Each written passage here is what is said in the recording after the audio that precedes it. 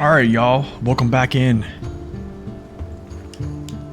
We're going to do some more hard mode today. YellowRock National Forest, Maine. Do some scouting. Start running around, getting some tasks, upgrades, and pretty much, hopefully we can jump in the 6455B today, because I probably think there's a lot of folks who want to see some gameplay in that, so yeah, that's what we're going to do today. Hopefully we can get started and get a good bit rolling through. So yeah, see if we can do it. Anyways, y'all, let's jump in here.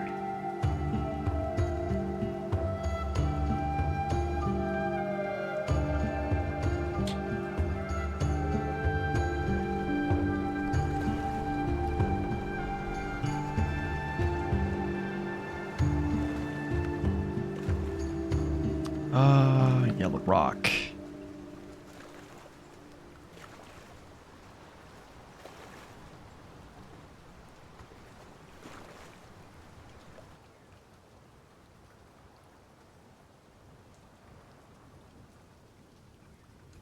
Also, I did put out a YouTube community post for the stream today, so hopefully that brings some folks over to see the live stream that have been wanting to see the live stream.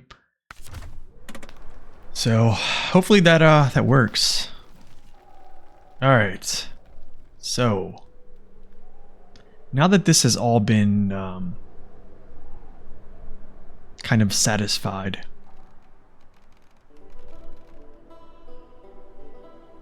we're gonna get some scouting in. Pretty sure we're gonna bust out the Loadstar to do this too. However, I do have an F750 here that I probably could just run around and grab stuff as well. So that could be an option. Maybe we'll do that for a little bit. Maybe we'll grab some of these things that are just close by. Yeah, maybe. Fuel at any cost, I already have that. I could probably grab this too with the F750 real quick. Lost but not forgotten. I think that's a pretty good plan. What we'll do is, I guess we'll use the 750 for like grabbing some of these, like Lost for Not Forgotten, Road to the Plant, and this upgrade, and then I'm guessing head eastbound. I don't even know if I have Fallen Bridge. Do I have Fallen Bridge? I don't. Maybe I'll grab Fallen Bridge as well. And then I'll probably take him down here south and then do that part of it. And then maybe we'll bring the Loadstar up through this gateway and grab these. So we only have to grab one here, one here, one here. Home sweet home. Dirt nice. Wrong place, wrong time. And then essentially we'd have to make our way up this way, but that's essentially just driving up this route, so. Yo, good to see you too. Good to see you too. Welcome in. All right, let's do it. Of course, it's nighttime. It wouldn't be one of my streams without it, right? All right, let's go. Okay, so need to get lost but not forgotten. So essentially, I need to kind of make my way. I don't know if I can get across this broken ice here. I don't think I can, to be quite frank. We're gonna go check it out, and then I need to get over here, upgrade, down here, upgrade. So that's what's on the menu. Let's do it. I've been online every day. This is 3 days in a row. Last week it was, I think, 4 days in a row. The week before that was 5 days in a row. I think I've been streaming more than I have in the last 3 weeks than I have in years.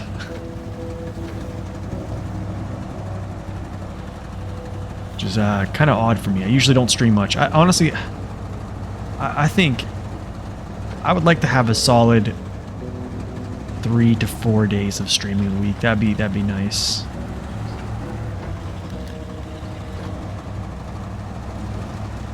Sometimes a brake is just nice to have. I don't know if I can make this, guys. Yeah, I think that's gonna be all straight up broken. I think this is all broken here. I might be able to get down onto this little ice shard and cross. I think I've been able to do it over here sometimes. But this is a pretty tested and true route. Just go this way, hit this, and then over. And then I can just go up through here. Yeah, that's actually what we're gonna do. You just started your Cola hard mode, using Loadstar as a scout. Hit the tiny ice on the ice lake, and sent me to the moon. Oh, yikes, man. That's not fun. That's not fun.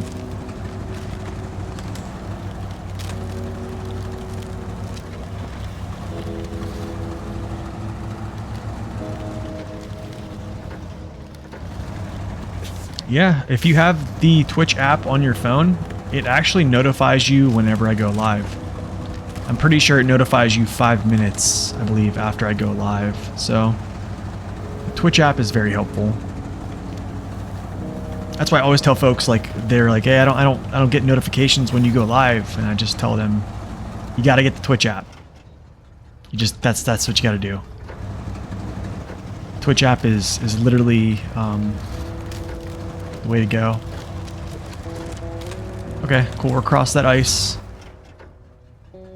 I'm just gonna make my way. I probably could cut through all this jazz, to be quite honest, but it's nighttime. I can't really see much, so we might just go down here, then up, and then here, down, there, grab that, come back to the coast. You probably need to go into your settings and turn on push notifications for Twitch then. I believe that's what it's called. It's called push notifications. But yeah, I never had to mess with that ever. Just downloading it. What's up? Good morning, Scorpy. Good to see you. Yeah, I never had to mess with that at all. Usually I just downloaded the app, and all my favorite streamers that play, whenever they go live, yeah, I can just see when they go live, and I just kind of get into it.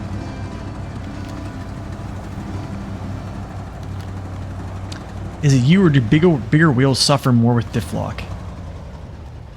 I don't think so. I just think it's a power throughput thing. Okay, so this is a crazy... This little rock formation is insane. I actually crawled up here. I don't know if you guys have ever seen this, but I have a stream where I crawled up these rocks right here with long logs with the boar. And I kid you not, he crawled over all this stuff with long logs attached to it. It was probably one of the more impressive things I've seen. I mean, yes, I had to, like, attach a winch to keep myself kind of upright. Especially, like, right here, going along these rocks right here. But it did it, and it was quite insane.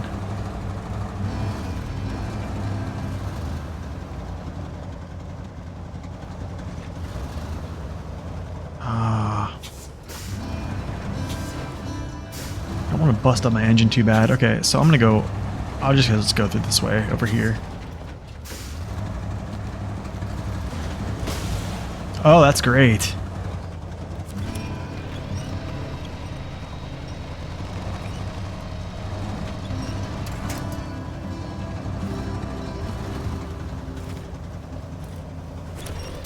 The bore seems stiff. I mean, to be honest, for a high saddle hauler, you don't really want too much give in your suspension. Here's why, is if your suspension compresses, you're closer to the surface, therefore whenever you put loaded weight down on the bore, or on a vehicle, you're essentially just getting closer to the ground surface. If you look at like the 605R, the Collabs, their suspension's pretty stiff. Usually when you throw, you know, some weight down on them, they don't really budge much. And the thing is, the bore suspension's actually pretty soft in the front. The Delivered to the parking lot. Missing truck. You know what? Oh, that's up there. Okay.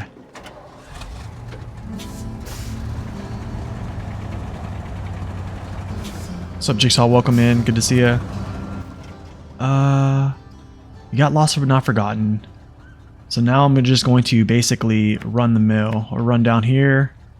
I can creep around this, winch myself across, get there, and then boom, get that upgrade, and then yeah, then we'll head back to the kind of coastline. The rear suspension probably is probably stiff. It definitely is stiff. I know that for sure. Where if it wasn't, it wouldn't have one of the highest sitting saddles in the game. But its front suspension is pretty soft. But like for a heavy truck, you don't really want your suspension to be that soft. Especially if you're hauling those large trailers. You don't want to compress your suspension that much, right? Then that means trailer drag. It means more issues. Oh, you know what I just did? Running into a tree is not a good idea. It's either that or I bottomed out.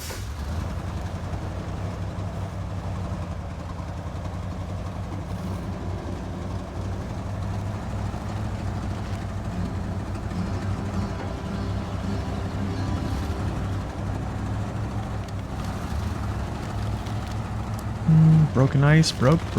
Nope. I'm gonna have to repair myself. And I don't want to use my own. Here's how stingy I am with... Here's how much I hate the fact that I have to go to this one zone to resupply my repair points. Is I will almost refuse... Wooden planks. Okay, here's what I was saying, Jigsaw. This is why I said two. That's why I said 2 wooden bridges. It's part of one mission, but it's 2 different locations. This, I think, is what I meant. I think that's what I remember. So we'll come back this way, dive. Take the dive down.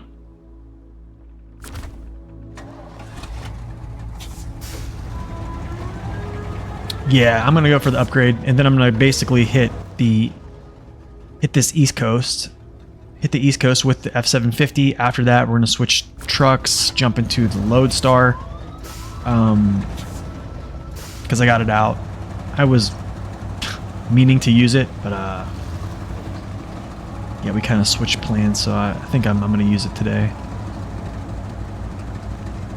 I forget what upgrade this is. Hopefully it's the Tega's. I don't think it is.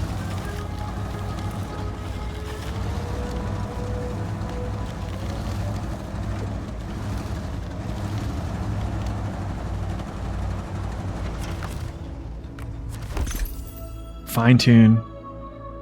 Fine-tune for the M916A1. This is almost... I don't want to say a dumb upgrade.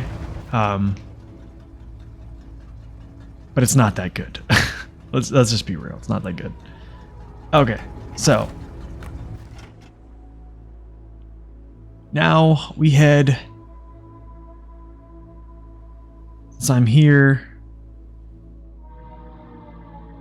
I'm going to basically head back up here. I wish it was light out. I need to get over into this place, but I do want to get to this path.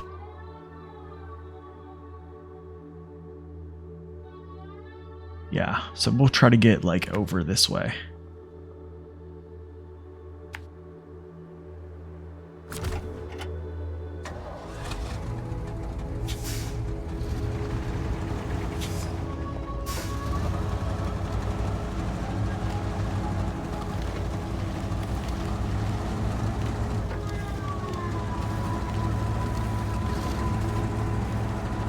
Yeah, that's true. It would have a benefit. You know, the funny thing is, we already have a fine-tuned gearbox, so why now would they put in an upgrade that essentially... Honestly, I don't know who even uses that upgrade for that vehicle. There probably is like a 1%. It probably is like a 2%. 2% of people probably use that upgrade. Like, just not a good upgrade. Okay, we're trying to thread this through. I guarantee I probably don't think I can get through this.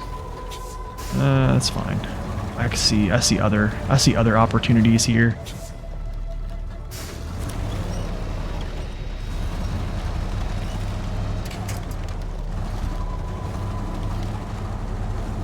Other opportunities, that's for sure.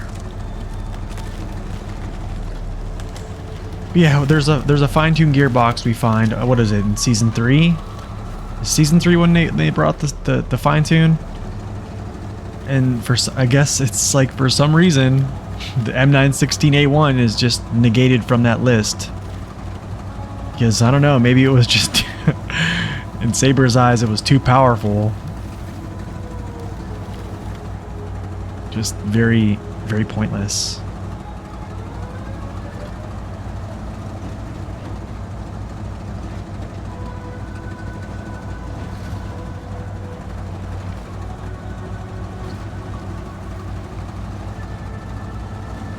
Yeah, I guess, but here's the thing, man. It even says on the description. It even says on the description that it burns more fuel. So, I mean, even those folks don't have any excuse. I need to go get this. Maybe, you know what? I'm actually not going to pick this up. Or maybe I should, actually. I'm thinking I should.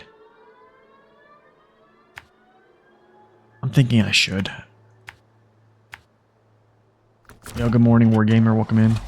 Yeah, I guess we'll just go get it. Yeah, even in the description, it says that, you know, the consumption's higher with all-wheel drive.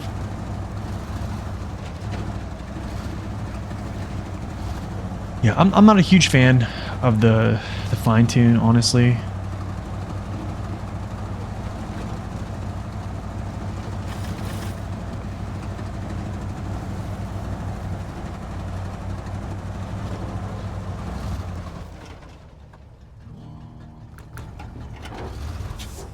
Why is that down there? Oh, I see.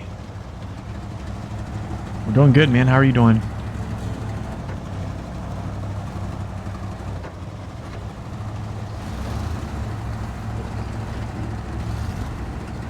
Just doing some F750 work right now, and then we'll basically go get the Loadstar. Give him a good shot here.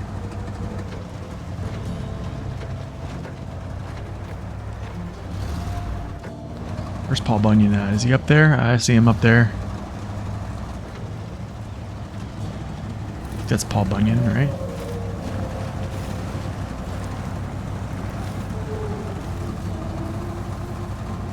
High plus, high minus? Ooh, I don't know.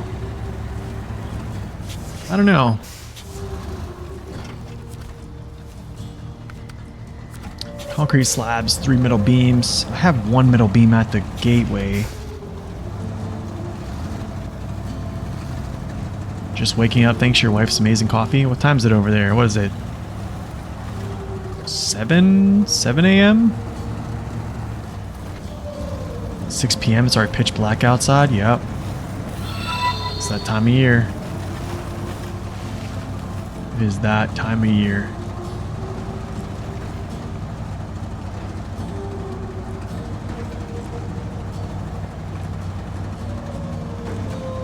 Alright, so let me map this out here so I'm not like just flying around. So I feel like I'm prone to do that. This is actually a pretty nice route, to be honest. I like this, especially when it's not dark. Alright, so we're gonna cross. And then I'm probably gonna run the coast here. Do a little coasty. Pretty sure we'll go down to here, jump up through here, over. Treacherous ravine. Come back. Quality assurance. After that, go down through here.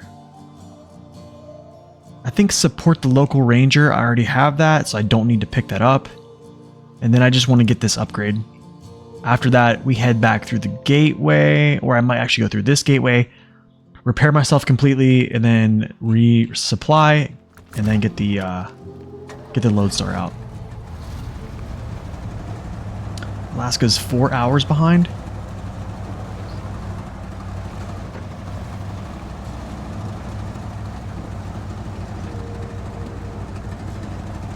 Man, I used to love... What's up, Waking? Welcome in. I used to... you know what? Good thing I spotted that, because I almost went the wrong way. I used to love living in Hawaii, being like 5 hours, sometimes 6 hours behind Eastern Standard.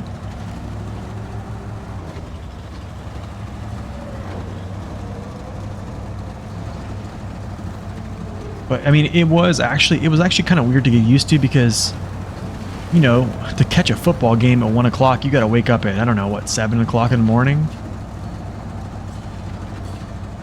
So, like, I mean, you know, you're eating breakfast, watching football. It's, like, kind of weird. Usually, you know, you're eating, like, you know, pizza, wings, or something like that.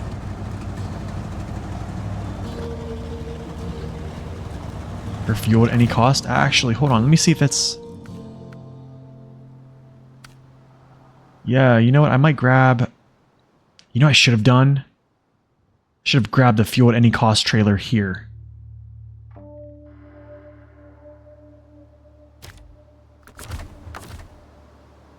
Maybe I actually might go back. I'm still here in the zone. I have to figure out where this is at, though. I think it's... Oh, it's here. Yeah, actually, I'm gonna go back.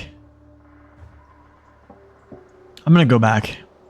I might as well grab this trailer. This is actually a good idea. Go up through here. Through here. And then I need to figure out a way to get over. I basically just come up over here. Back in, grab this, pull this out of here.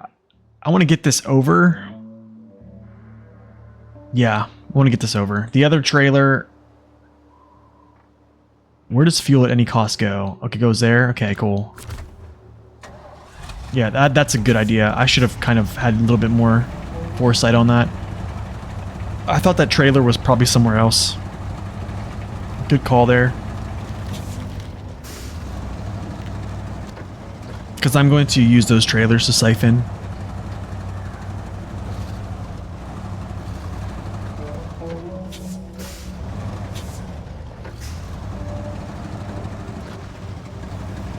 Alright, let's do this.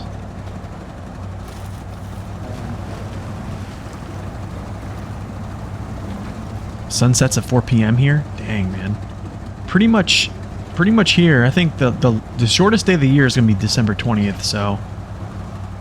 It's going to be very interesting, to say the least.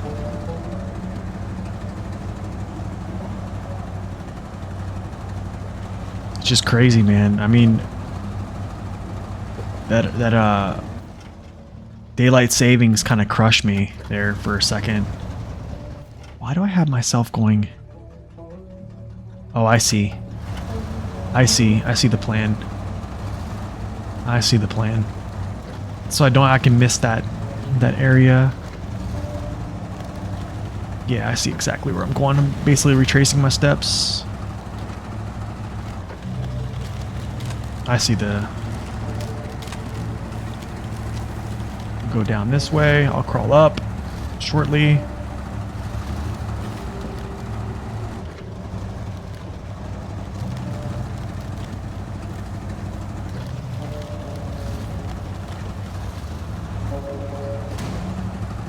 Come on, man. Quit smacking the engine. Like, that ain't cool.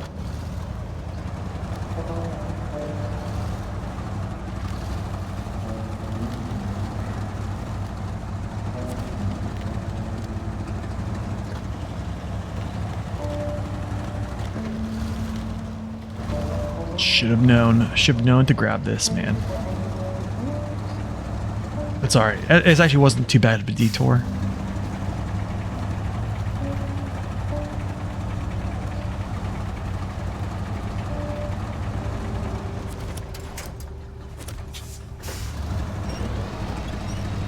Don't get caught. Thank you.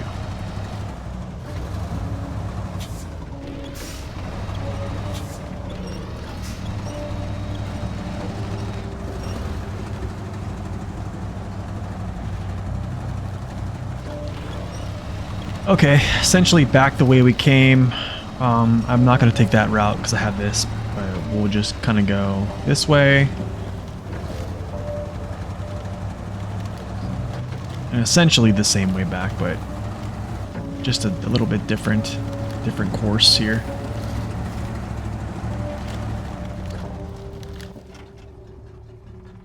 Yeah, I'm actually going to go this way. Around this tree and then up. Except for the tree doesn't break.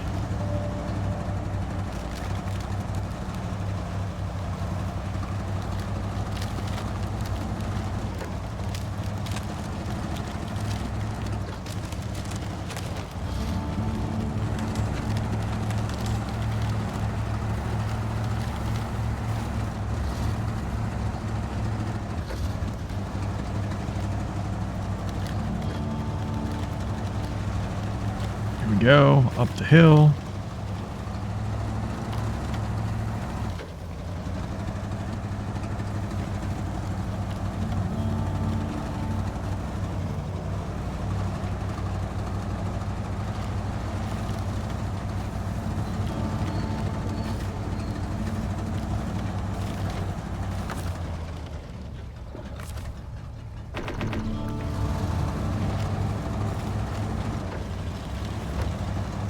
All right, now do a little mapping here. I almost think I want to jump down through here as a shortcut, but I don't want to do it. Actually, I don't think I want to do that. So we'll just, yeah, we'll just do the standard route here.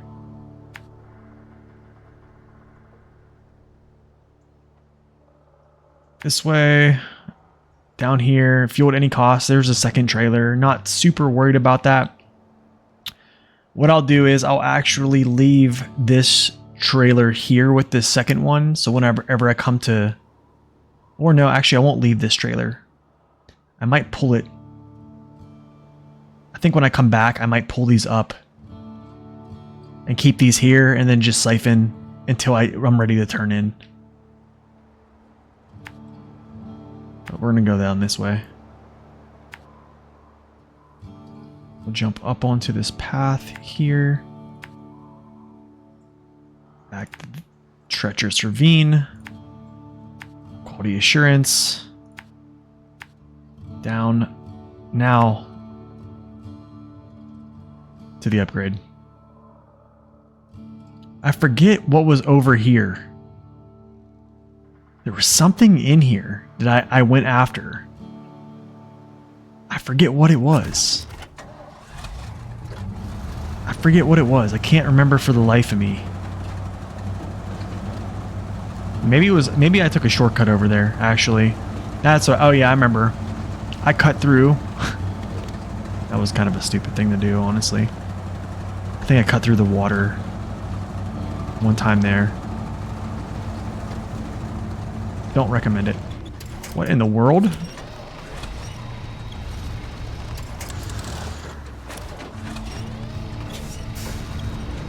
What's up, man? Welcome in. First tip of the day. Can't say it's not going to be the last.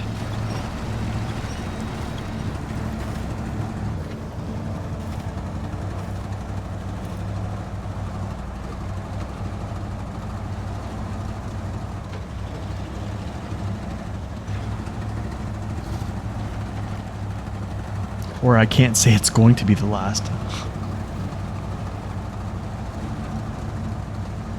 think I just said it like a double negative there. I can't say it's not going to be the last. Can't say. Yeah. That would mean that I was never going to tip again. So I can't say that. We'll probably see many more.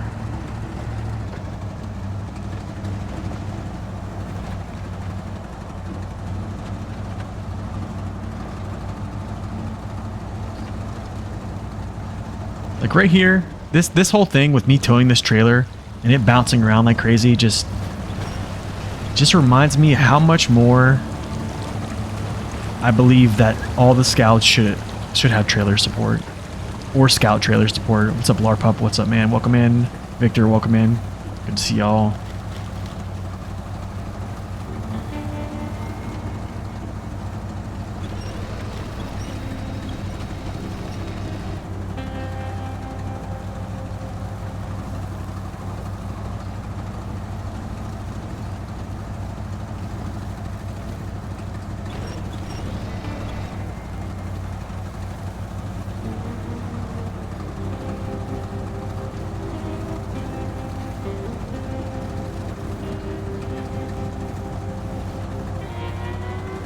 You're done with Heartlands, and now you're on to the Institute. Yeah, that's a much better route than going straight to the Institute from Crossroads. It's actually what I should have done. It's what I should have done.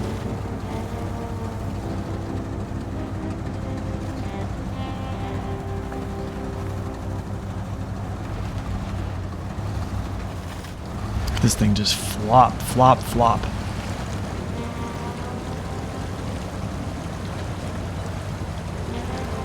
Crossroads was rough? You thought the Crossroads was hard? Really?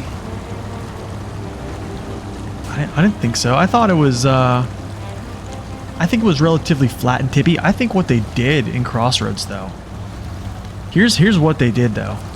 I'm going to leave this here. These are all going to both be left here, because I'm going to grab these at the same time. So, I'll grab these on the way back. I just don't want this thing kind of tripping me up the whole way. Kind of want to just free run, you know? I want to be free.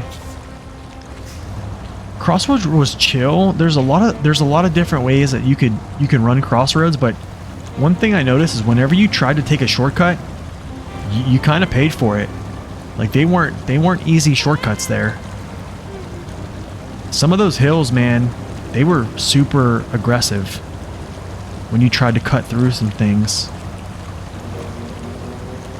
They definitely dissuaded you from using those, in my opinion.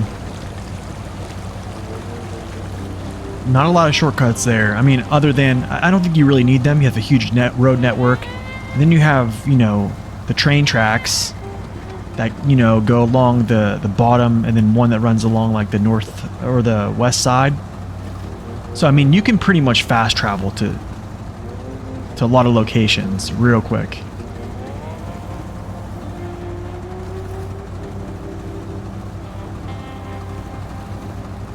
But I mean, Crossroads had its trails. They weren't deep, but they did have some like weird areas that you could flip your truck at. Do you see what I'm saying? Like, that's kind of what I started to notice. And I think it kind of lulled you to sleep there, to where you're like, oh, you kind of felt safe. You're like, oh, this is not a hard map. There's nothing deep. Then all of a sudden, like, you kind of, it stops you from paying attention closely because you think it's easy, and then all of a sudden, like, you know, you're hauling logs or a load, and then all of a sudden, like, boom, you're on your side. Kind of like we did yesterday. I'm using the Tune Custom. This is the Tune Custom suspension. Yo, good morning, Fenrir. Good morning. I think that's kind of what Crossroads felt like. I think it definitely was an easier map for sure. But it just definitely, there were some areas you can get caught. Oh, there we go. There it is. I knew it. I knew it was coming at one point. This thing's engine is not strong, man. I don't like doing this at all. But we're going, I don't like using my own repair points on a scout, because literally it means that I have to go to the scout repair or the resupply area before I go back to the garage. So it means like before I complete this map, I have to go resupply. And I hate that. I hate resupplying. I wish you could just do it at the garage. Like, give me an option to resupply my stuff and refuel at the end of the map. Like, I'll pay for fuel, I'll pay for the resupply, But just give me the nicety of doing it from the garage. You see what I'm saying? Like, why repair the garage for all that stuff and go through this whole painstaking process and not allow me to do those things?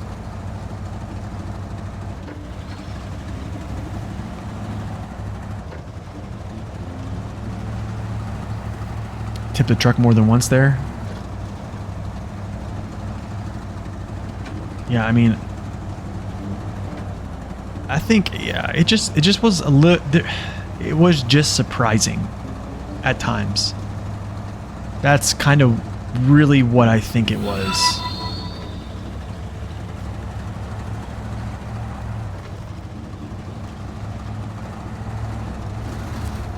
Yo, Makachi, I'm not really sure how to pronounce your name, but good to see you. Welcome in. This is Maine. Yeah, this is going to be Maine. So this, I might actually do this, guys. I believe this trailer is like right. Where is this trailer? I think it's here. Actually, I can't do it. I can't do it. No.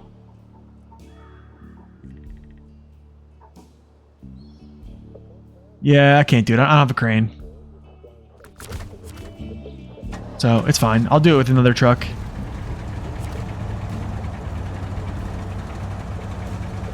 Yeah, I think that would be a nice thing to do.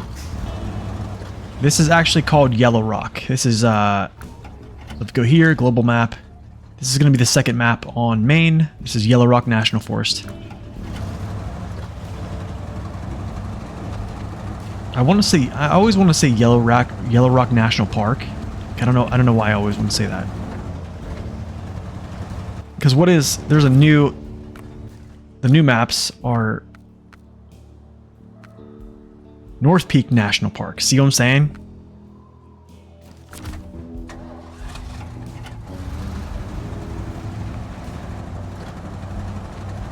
To be honest, I think if someone gave me a quiz on map names, I would probably be pretty bad.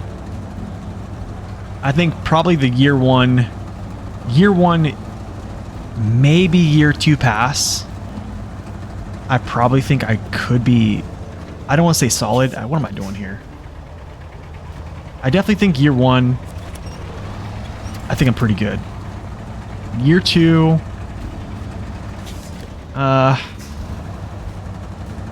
maybe. Maybe.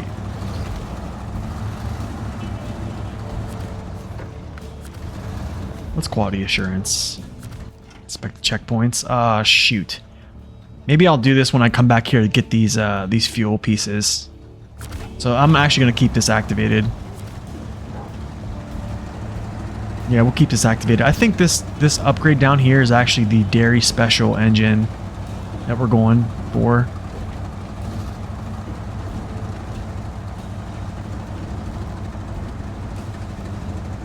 Yeah, I think it is worth your time, honestly.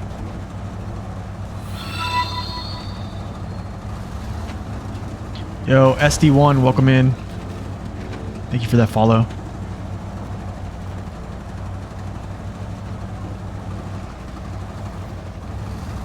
Wife is baking today. What's she baking?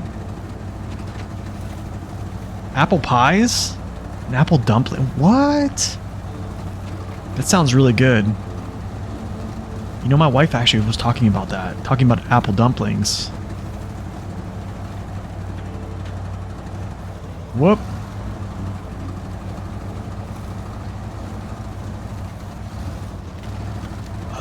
We'll just cruise along. Wow. That was abrupt.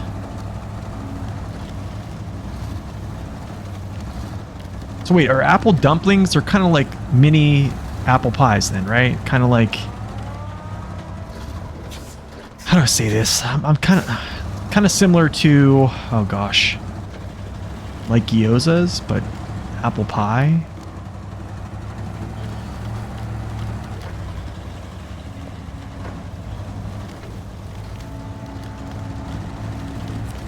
Someone yes and someone no. Yeah. Oh, nice. The race suspension there. Okay, never mind. Never mind. We have the Tega's race suspension now. Okay, so wait. Where's the... Oh, it's here. That's where the Dairy Special's at. That's where the Dairy Special's engine's at. Okay. All right. Let's go grab these checkpoints. Grab these two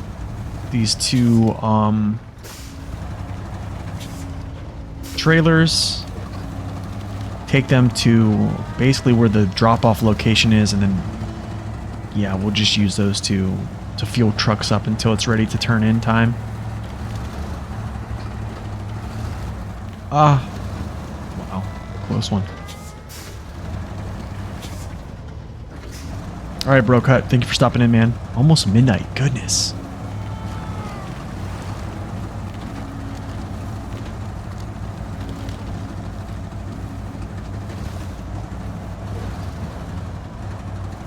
Yo, what's up, SD1, man? Good to see you stopping in. Finally on YouTube.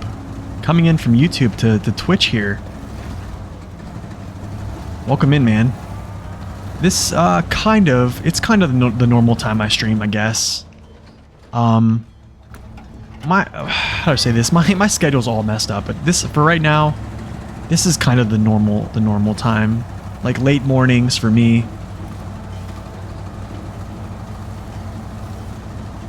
Yeah, kind of the normal time.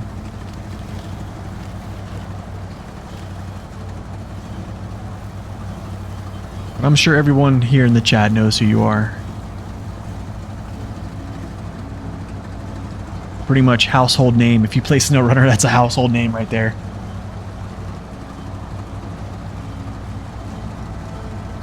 Man, it's awesome to have you in.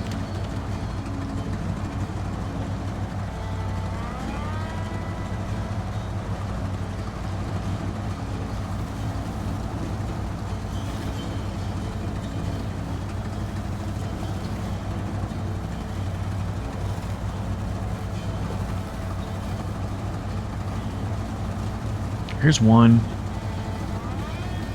Just roll on here.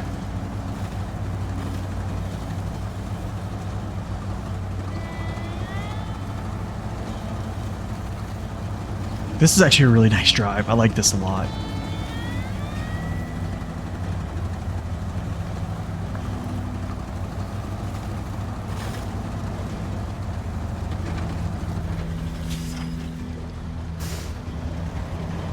Oh.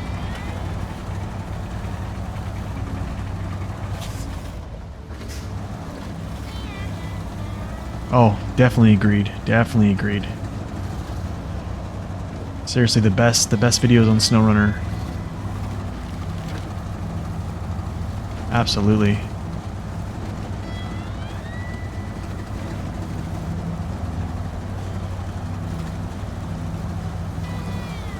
Oh yeah, for sure. Twitch quality is... That's the thing, man. That's kind of why I stream on Twitch. But I know, like, the replays are never going to be... The replay quality on YouTube is just not... It's not going to replicate. I think that's another thing, man. I kind of wish that YouTube would up their streaming platform service to where it's literally on par.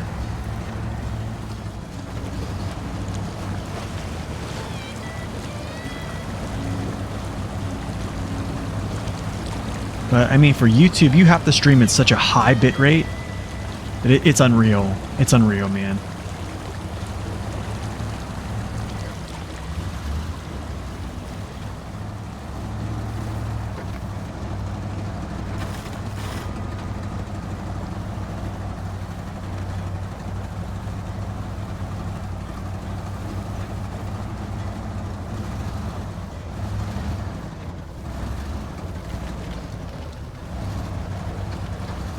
Right there. We were talking about feathering the throttle. Right there was like an example of that. Just kind of letting off the gas a little bit, not stalling, and then just kind of feathering the high gear out until I cleared that tree.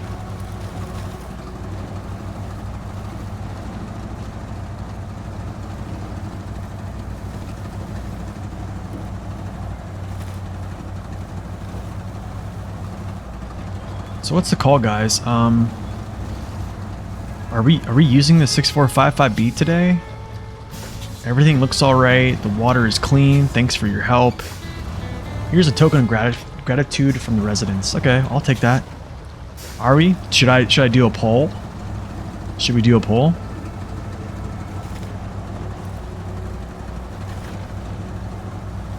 $645 hype. Technically, it's one of the oldest trucks in the series, so.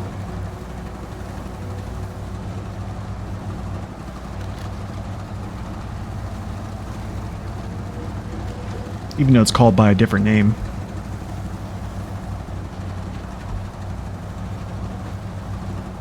Oh man, look at that. Hospitality business. 2 short logs, 1 medium. Oh my goodness. Wait a second. Please tell me that's a contract. Okay, cool. I was saying, if that's a task, man, that's just disrespect right there.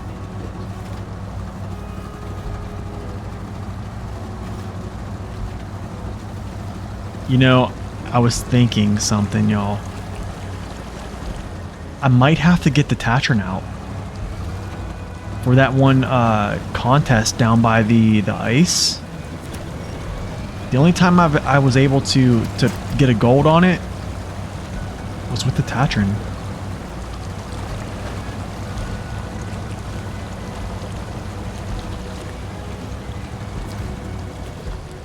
Start tracking. We got both of these. These are... Can make it with the F750. You think so? Oh, you know what? I can't tow these. Okay, so what I'll do is I'll tow one of them. Yeah, I guess I'll just tow one. I'll tow one, and then I'll have the Loadstar come get the next. Because the Loadstar is going to use the other one to scout, or either one that's more full. So I'll just have a free scouting.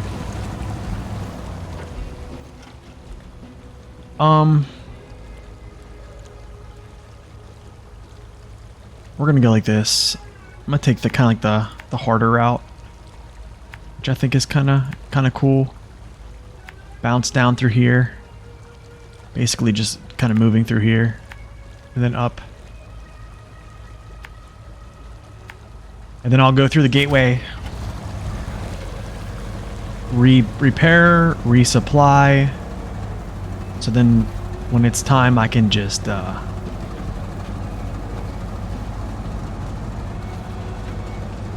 recover him without having to worry about deploying him on the next map and not having sufficient points to repair itself and all that jazz.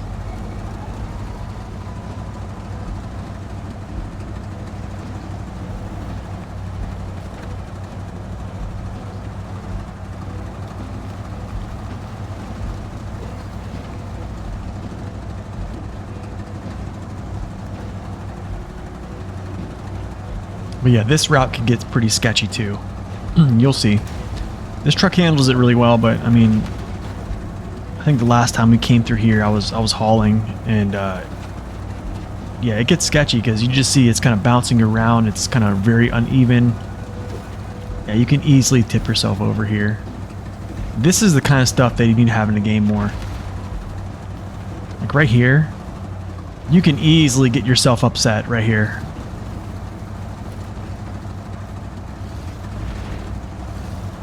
I agree, man. I think if you're going to give the Burlak ability to haul big and small trailers, I don't think it can haul every big trailer, but yeah. I think my biggest slap in the face on that one is the Apache. The Apache is literally irrelevant right now. Like, I don't see many people using the Apache at all. But could you imagine giving it support for a trailer? I mean, oh my goodness, it would just... It automatically becomes a truck you're like, hey, maybe we'll use the Apache, because Now it has trailer support. I probably would, to be honest. I'd probably purchase it.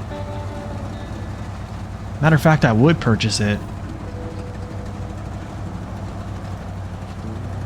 I don't know how well the Con Marshall could pull a trailer just because it's so light. It's just such a light truck.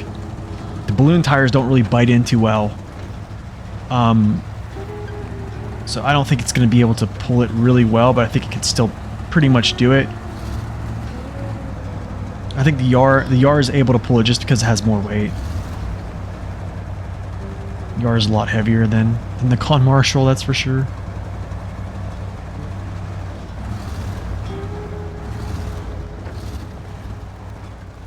But meaning, my point behind that is because they both have those balloon tires, right? Alright, I'm actually going to refuel myself again. No.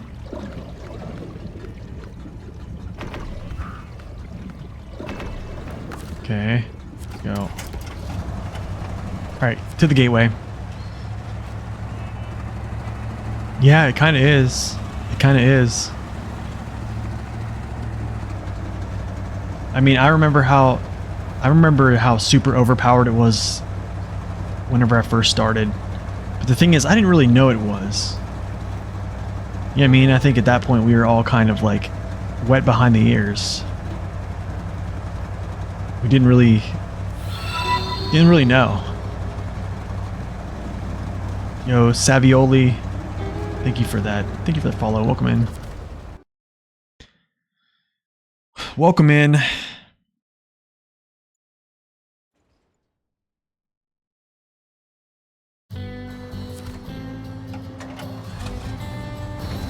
Alright, resupply point.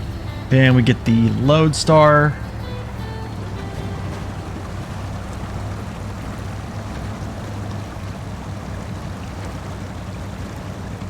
If we can get through this.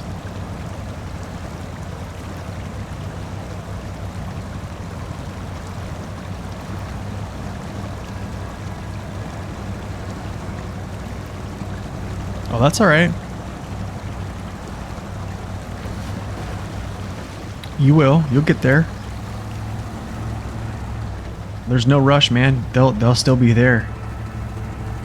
Enjoy the ones you do have.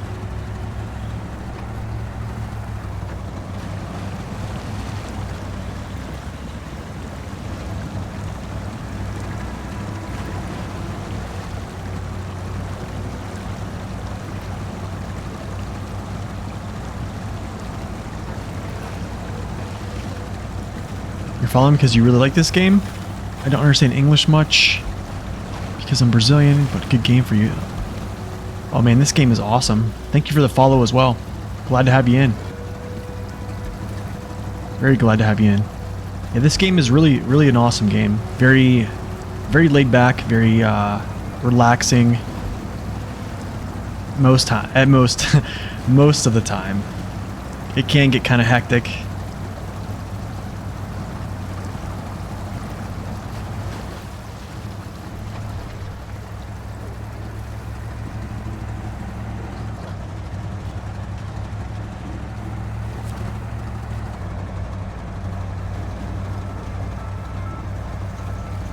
Oh, you remember how we were talking about the copyright strike yesterday?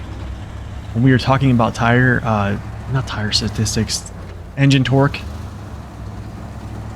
I actually got copyright struck there. So I had to mute the music, which was actually kind of cool because YouTube kind of did it for me. They just muted it for me and I was like, oh, okay.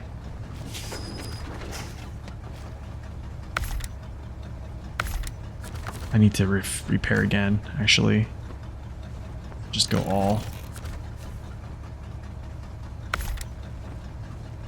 Cool. Now we stop engine. Good to see you, District. Yeah, we have the one and only SD1 in here too.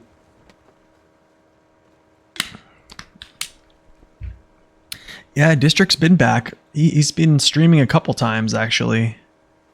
It's been super fun to watch. Lodi, here we go.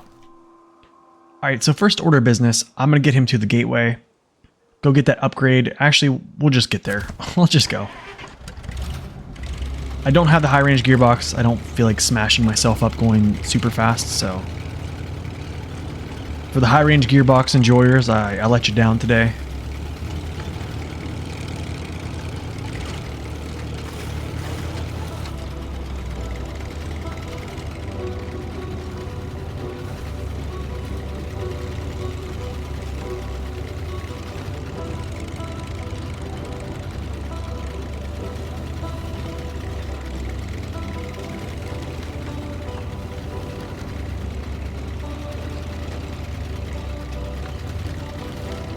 Oh, absolutely.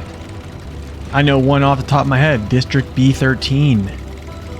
High range gearbox enjoyer for sure, man. You want to see some pretty good gameplay with high range gearbox. That's a good one there.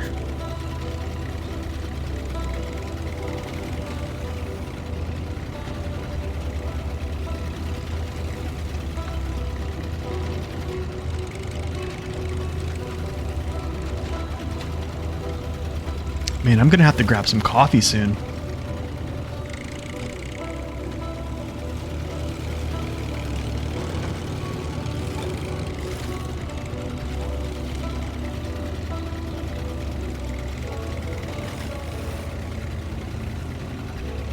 Cheers on that, yeah. You know what the crazy thing is, District? You know what I noticed is the 5070, the Paystar. You would think it's not that good with the high range gearbox just because it doesn't have a ton of power, but sometimes, to be honest, it doesn't feel like it's that bad with it. Like, very surprising. Very surprising.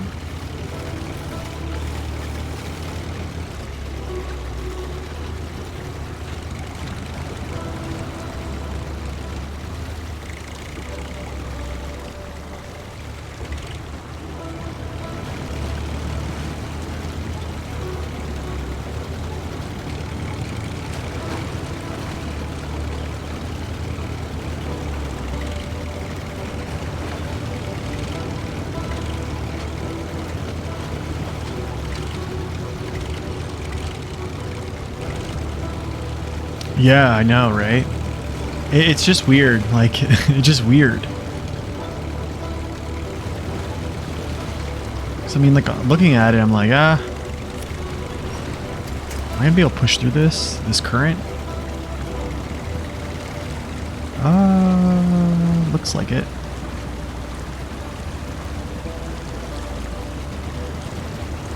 Yep.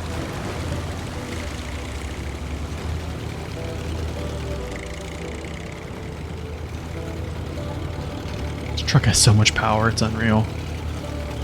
It's unreal.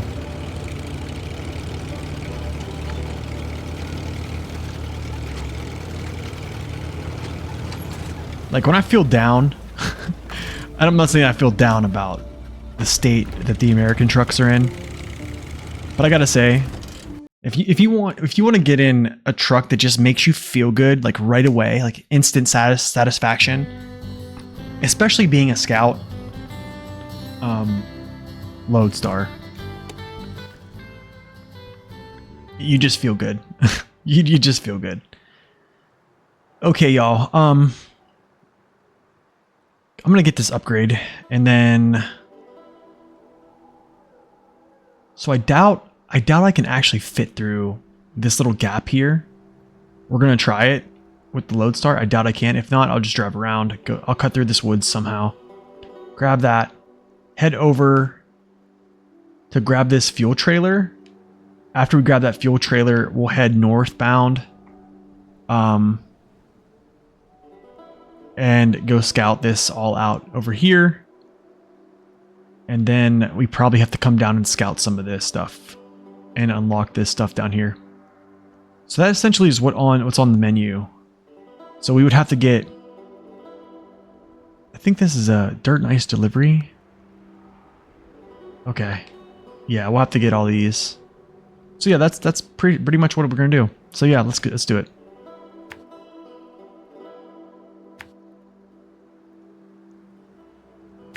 And then I need to jump through.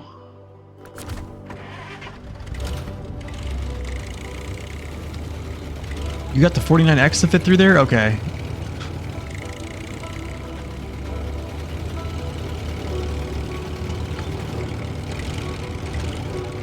I'm actually not going to slam the gas here because I know I'm going to take damage. So I'm just going to kind of feather this out.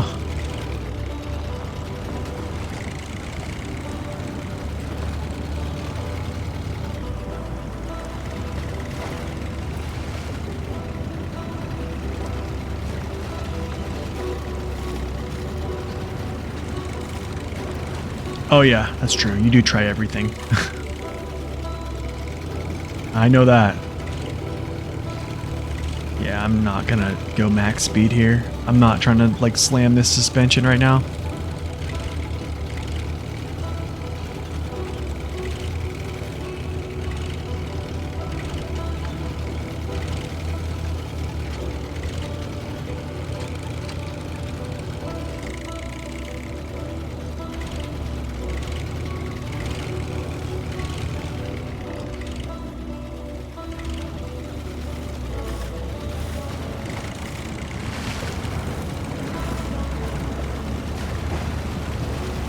Last night you were playing with Zor and Reaper?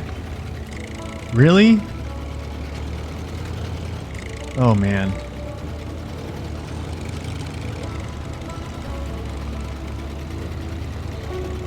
Yeah, I guess you're right. It can fit. Like a glove. Look at that. Yo, what's up, Storm? Welcome in. And everybody's coming by today. Everybody's coming by today. We have SD1 in the chat. We got Storm of Iron. We got the infamous District B13.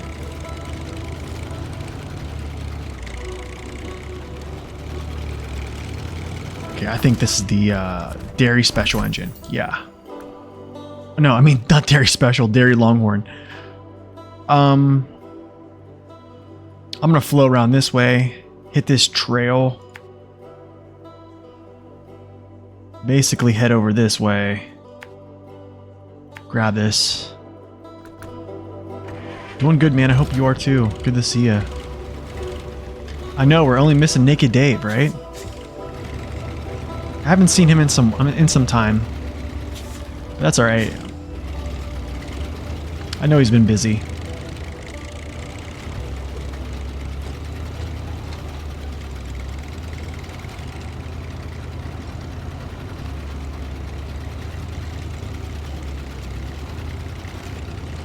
I know, the 49X, that must have been a tight fit. Alright, let's not flip ourselves over here.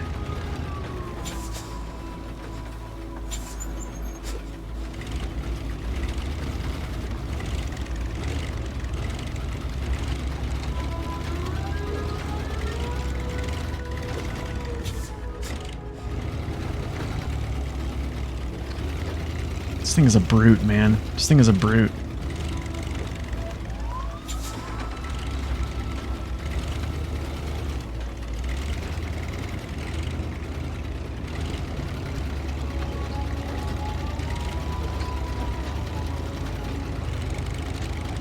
No, we're going to see if District remembers this. The first time I ever watched District, he was doing a reverse playthrough on Yukon. I don't know if he remembers this. I think he was like... Yeah, he was like down here. With the Paystar 5070. At like level 2. Doing something up in here. And this is all like really slippery rock, right? And he was just like traversing this. It was like crazy to watch. I don't know. I don't know why I remember that, but that's one of my first memories of his channel. Oh, Lodi is the go-to for sure.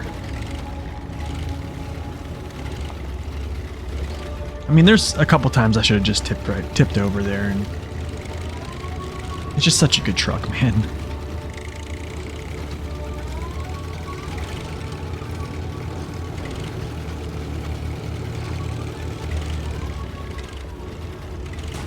Oh, you. Okay, we'll just go high. I'm not gonna mess with it. We'll just go cruise control here. That's essentially what high gear is. It's like a cruise control.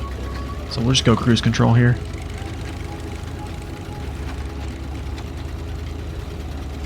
You have a right turn coming up here shortly.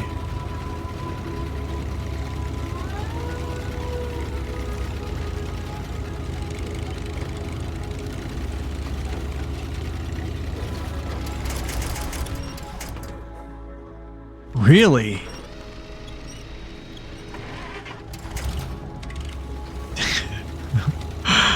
See me spamming that winch, man.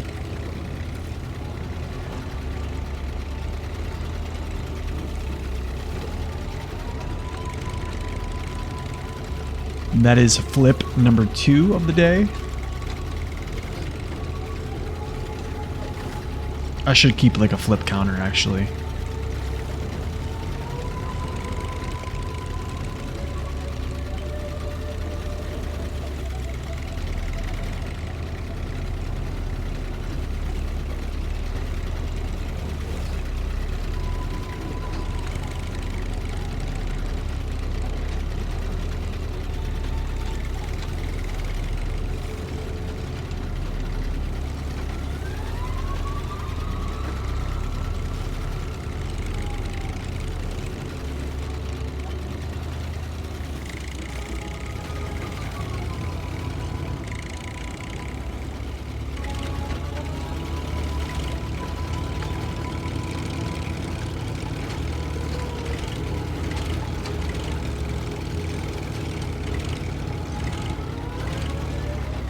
Oh, we love nighttime. We just love it. We love the nighttime feels. Oh, you know what? The only thing is, I think this trailer doesn't have a ton of fuel in it. Which might not be a good thing for me right now.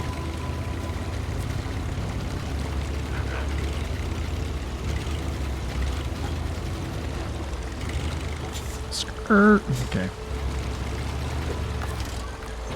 Actually, oh, never mind. This one's... Oh, I took the one that was the least filled. Okay. So here's essentially what we're gonna do. I'm gonna go over this way. I have lost for not forgotten. Okay, cool. I don't need to get this then. You took the Wolfstar. You took the Wolfpack trucks to Amandra and did the plane contract last night. What?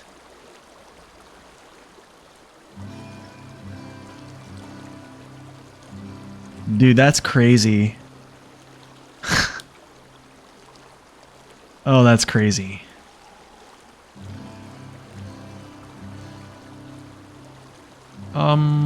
You know what we're gonna do, actually, guys? I think we'll come back up this way. Over through here, here, here.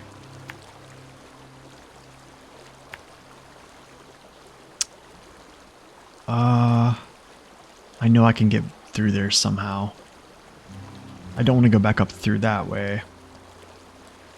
Get back onto this trail, actually. You know what? This is gonna suck. I'm not gonna lie, this is actually gonna suck really bad. But especially taking the Loadstar this way, it's gonna suck. But I need to do this. This is gonna be so slow. But the meaning of doing this is grabbing 1, 2, 3, potentially 4 missions. I think wrong place, wrong time. Yeah, that one too. And then I need to actually go up this way. Get this, get that. Yeah.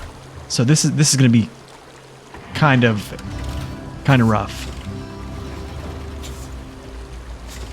Just because this place is so deep. It's just so deep back there. But we're going to send it. We're going to send it. We're going to struggle it out.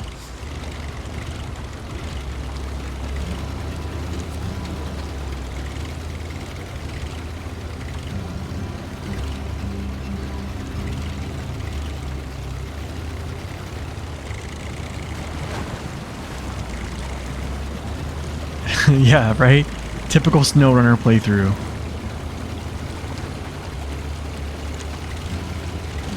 That's crazy you did all that, man. Especially with the Wolfpack trucks. But good on you. That's awesome. I might go back to... Wait, was that your stream? I might have to go back and watch that VOD. Yeah, I might have to go back and watch that third act of the, that playthrough.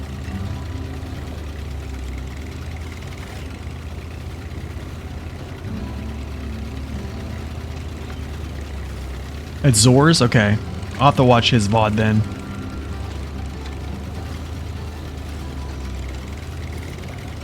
Yeah, he was just streaming this morning. Just doing his, like, normal, like, commute to work stream.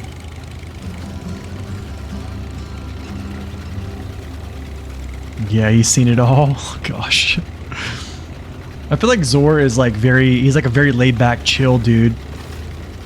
Like, he doesn't strike me as someone who gets, like, upset a lot.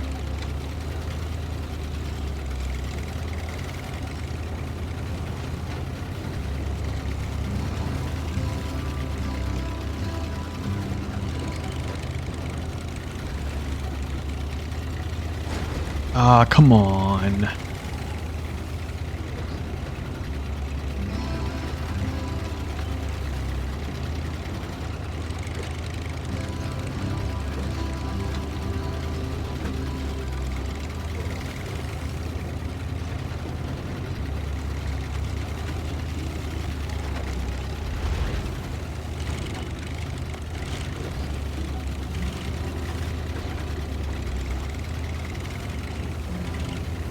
It's like a volcano.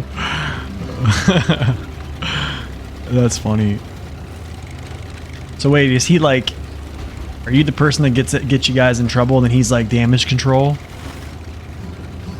He's like the guy that kind of like stays safe and then has to come help you whenever you get yourself into a mess?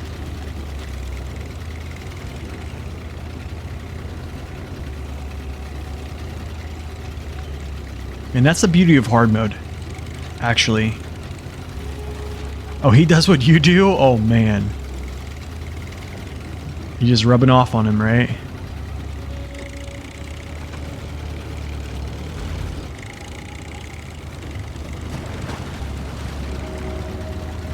And then chaos comes out. Oh my gosh. And I feel like it's been nighttime forever. I feel like it's been daytime only for just a little bit. Ugh.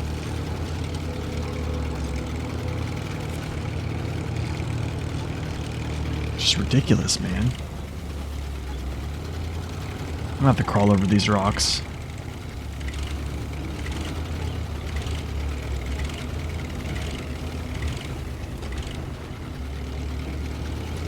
Probably could have went that way, but it's alright.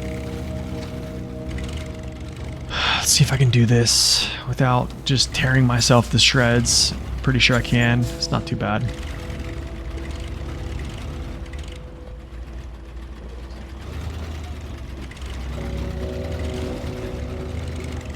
Not too bad. Alright, here's the sucky part coming in hot.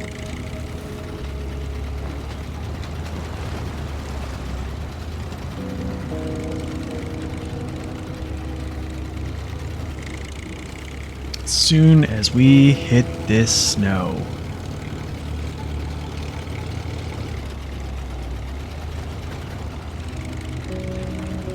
Yeah, I think that's true, but also I think that per the game, day and night are the same actually.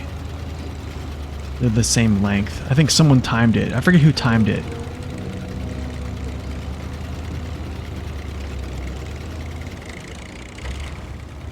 Wow, you know, I actually thought this would be worse back here. Especially for this truck, but my goodness. I know it's going to get really thick. Like, it's going to get really bad, but... like now.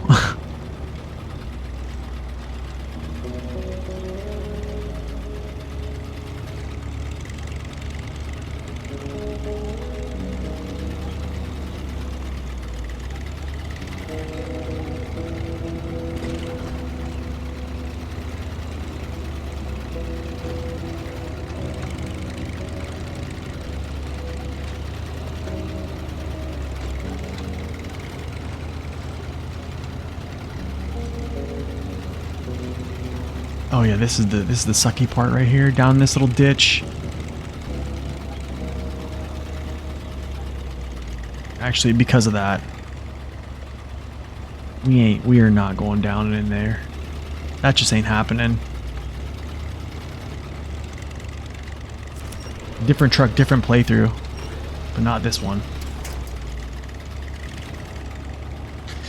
We got stuff to do. We got mouths to feed. I got trucks to feed with cargo. Missions need completing. Daddy needs new upgrades, so...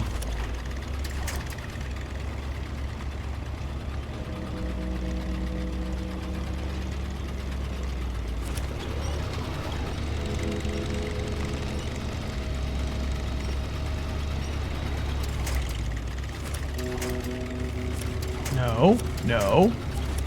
Yes.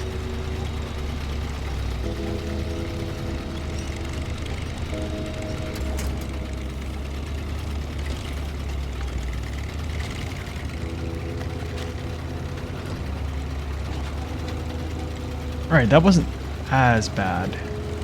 We still got some pretty bad parts coming up. Especially by the little rock slide thing, the power poles.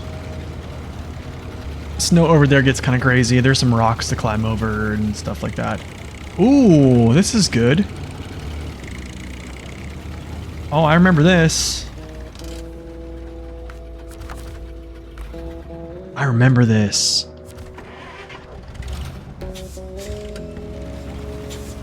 That's right, right? Alright, let's see here. These are all full, too. Oh my goodness, jackpot.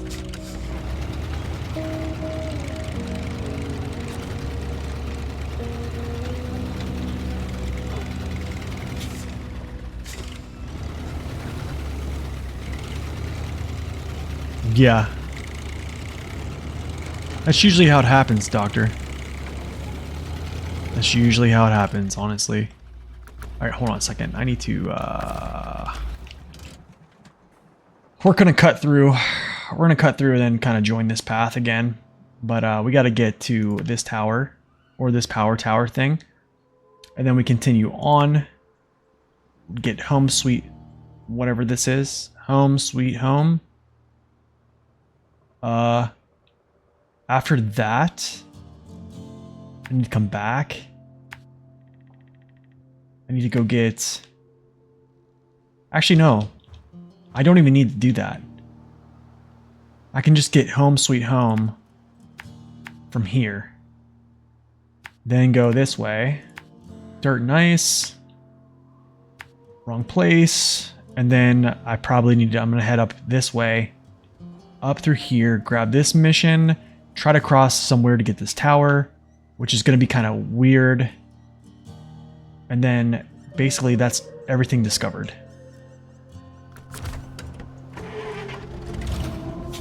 Yeah, this landslide sucks. It's not fun. Because I know I have to bring, I think metal beams and stuff like that over. So that's going to be very interesting. Ah. You tried to get me. It's kind of thick back here, huh?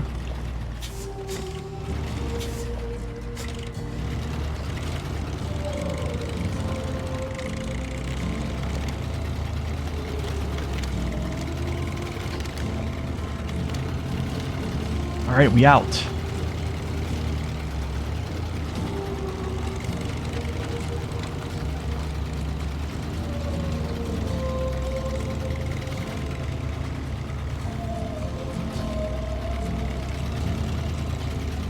Man, I don't know when I'm gonna do those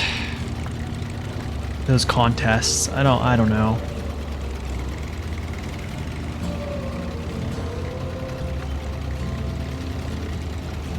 I'm thinking, I honestly wonder if I could do it with the Loadstar, the one that's really hard down on the ice. I seriously wonder. I just don't know if I could get myself moving fast enough at some point so that... Yeah, that sucks. You think I can, really? Maybe we'll try it then. Maybe I'll go down there and look at it, and maybe I'll try it once. I'm only doing it one time. One time, completion. That's it. Done. You did them all with the Loadstar? Really?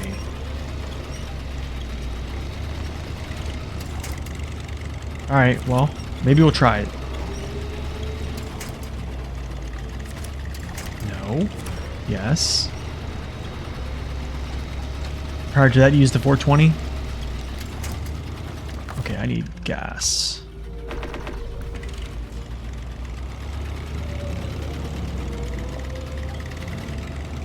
Oh, for sure. It's incredible.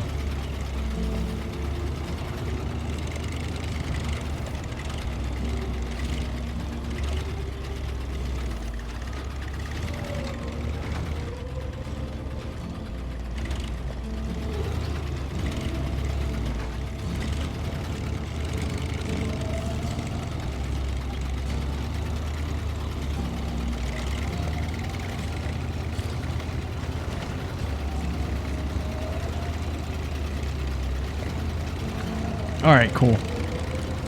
That's pretty much all, I don't want to say all the bad stuff, but the majority of it.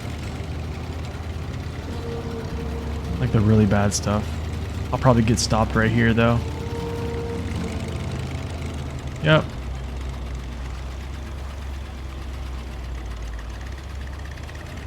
An hour and a half in stream, and I need coffee.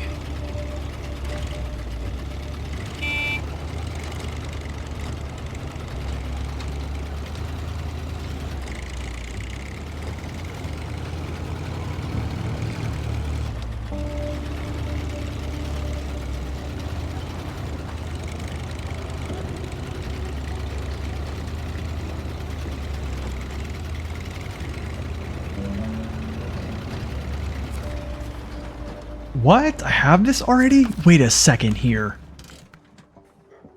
How did I have this? Okay, I mean, at least I didn't waste too much of a trip because... Where did I get that?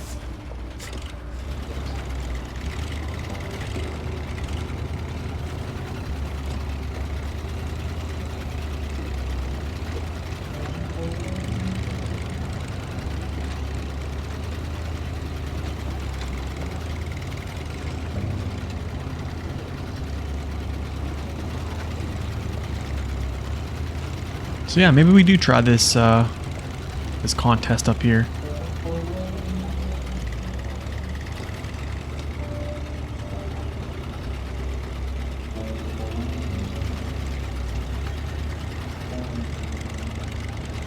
Then I think we break out the 6455B and start running missions. I'm thinking it'll be a good change of pace. I feel like we've been seeing the Azov 64131, the STAP, and the Vorongrad a lot lately. It's a tough thing about hard mode, man, is like you really kind of got to get it doesn't really influence using a lot of trucks. Do you see what I'm saying? Like, because like if you do, you're penalized because you essentially have to spend money to break them out. So it's like, I don't know. I don't really like that aspect. Because I would like to get be able to get multiples out. And I can, it's just how much money do I want to spend? I mean, I'm already buying cargo for $150 a piece. I'm already recovering trucks for a price. And yeah. What is this? Okay, this is all that stuff. Oh, these are scout trailers. Give me a second here. Observation points. Oh, this is sucky. This is sucky. You know what I'm gonna do, actually? I'm not even gonna worry about those. I'm going to tip those over with another truck. Grab the cargo off of them. And then, yeah. because it doesn't say anything about the trailers. So we're just gonna take the cargo and then just run with it.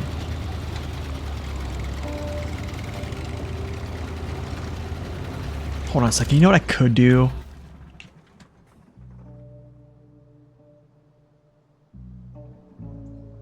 You know what I actually could do, guys? I could actually deliver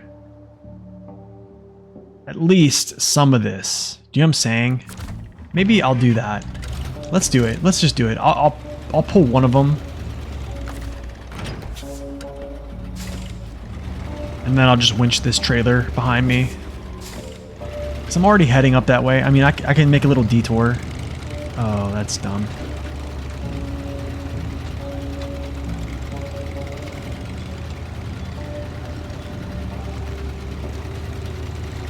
So then when I come back through here, I don't have to like run to 4 locations.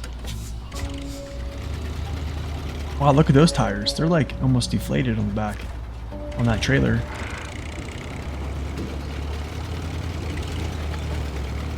Alright, I need to grab that front, spin him around.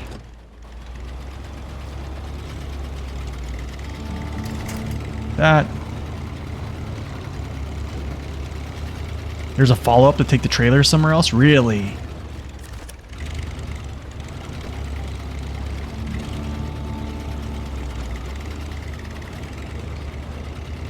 But hold up. If I'm taking... whatever. We'll just go. We'll just go.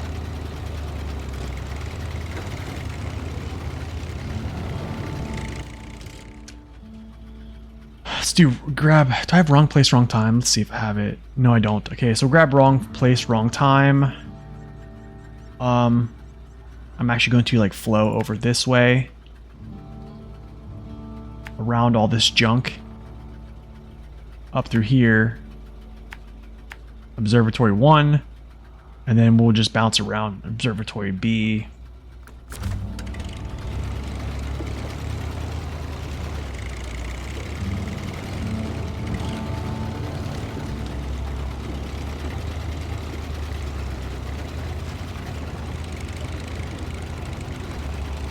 That's true. Well, yeah, at least I got the right truck for the job.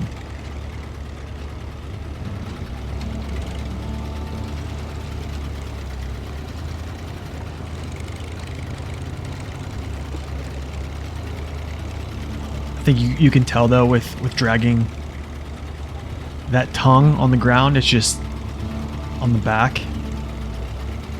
That's the only issue.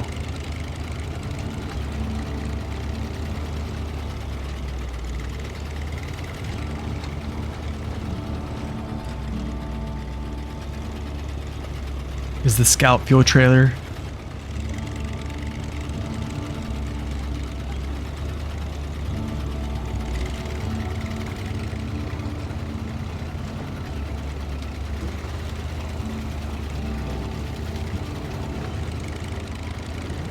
Why in the world do I feel like I've gotten this already? Okay, never mind, I haven't.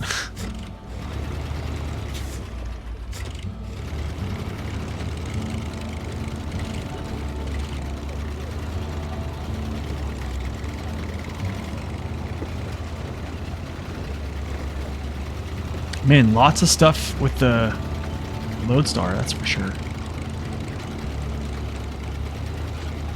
Okay, too much wheel spin.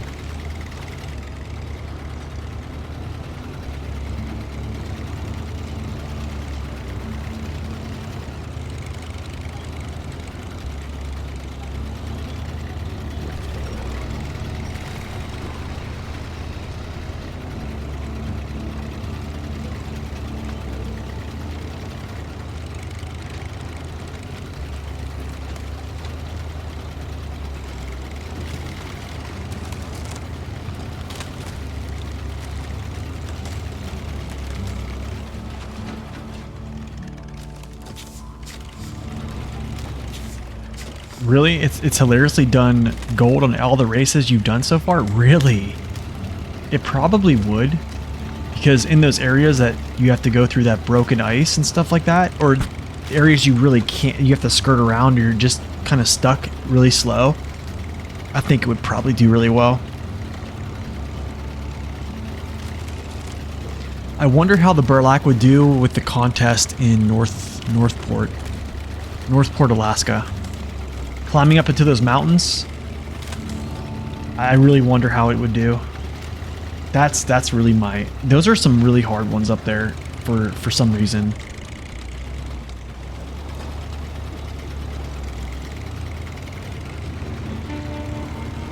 You know, if I wasn't pulling this little trailer along, this would be so easy. I think it's just because the tongue is dragging in the dirt, and it's just literally like an anchor. Where's my phone? I need to get my phone. Yeah, you know what? We're going to pause here. I'm going to go grab my phone and also grab a cup of coffee, and we will continue. So, be right back, y'all.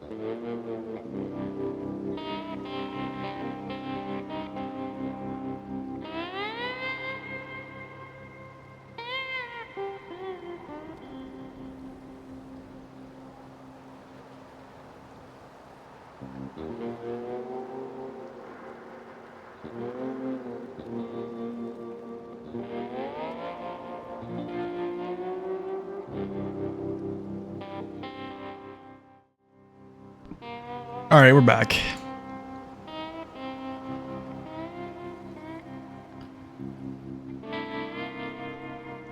Put this phone over here. I left my phone in my car. I was like, where's my phone at? Yeah, so on those mountains, you just gotta hit right angles. You're just gonna have to keep the angling in pretty well with that thing. I mean, essentially just be locked in low plus the whole time. What am I doing here? That was my turn.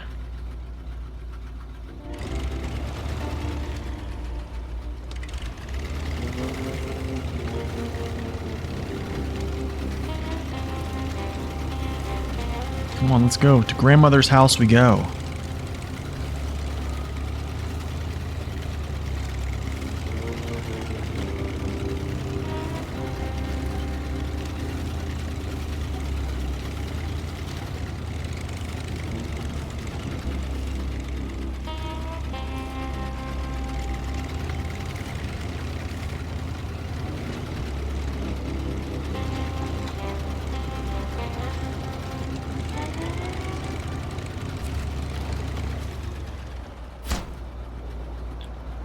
Next point.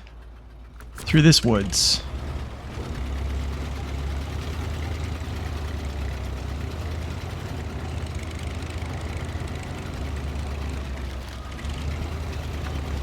Oh, that's a tree that doesn't break. How about that?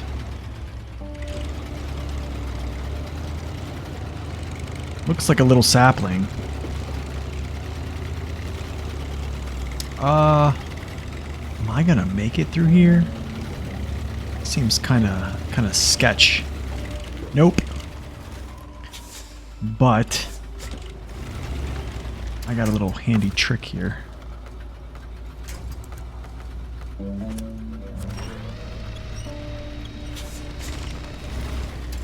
That works. That works. Actually, hold up. No, like this.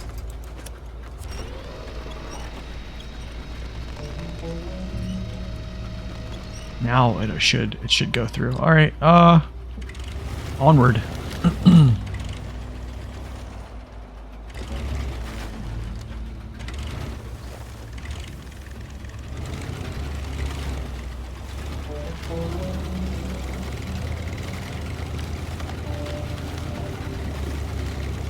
Oh no.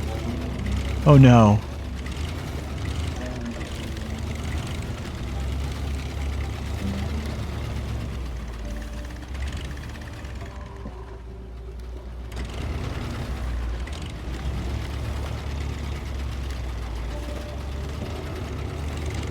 Okay, that works.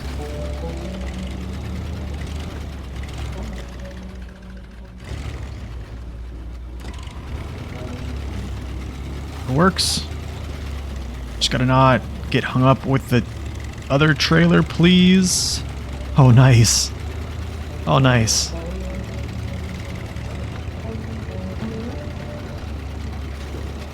Honestly, yes. I've done it with the Hummer. Yeah, the Hummer is impressive, man. I've scouted all of the flooded foothills with the Hummer. It's quite incredible. You know, I'm dropping this here, so I don't know. I'm done with it for now. I don't know where those go, but have a feeling I'm gonna have to do something with those at a later date.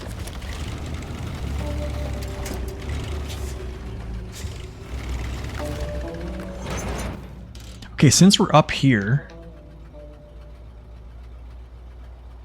let's go back this way, up here, this way, up along here, down, pretty much to this crossing, and then I'm gonna have to figure out a way to get across that, which we'll figure it out. This is actually a pretty nice drive. This is a pretty good drive here. I've actually used this footage on this this path basically on a couple videos just because it's kind of pretty nice looking. Going over these rock faces and stuff like that.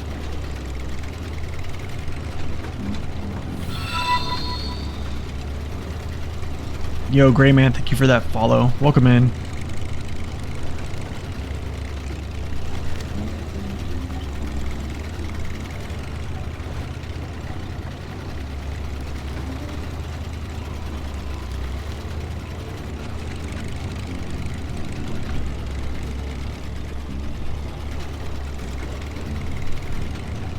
You haven't really messed with the Hummer much. It's actually a pretty good truck.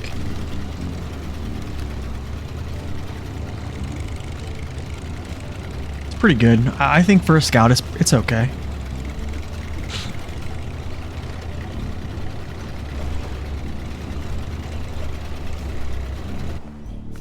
Can we get a photo here? Oh my gosh, look at the trailer.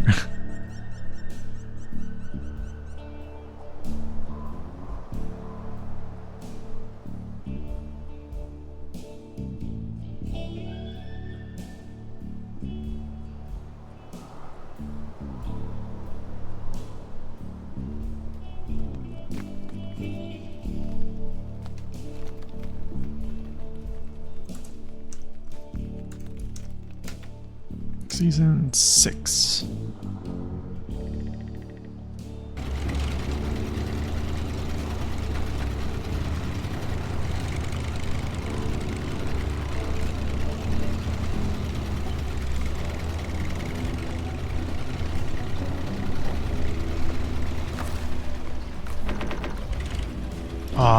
keep high gear. Nope, can't do it.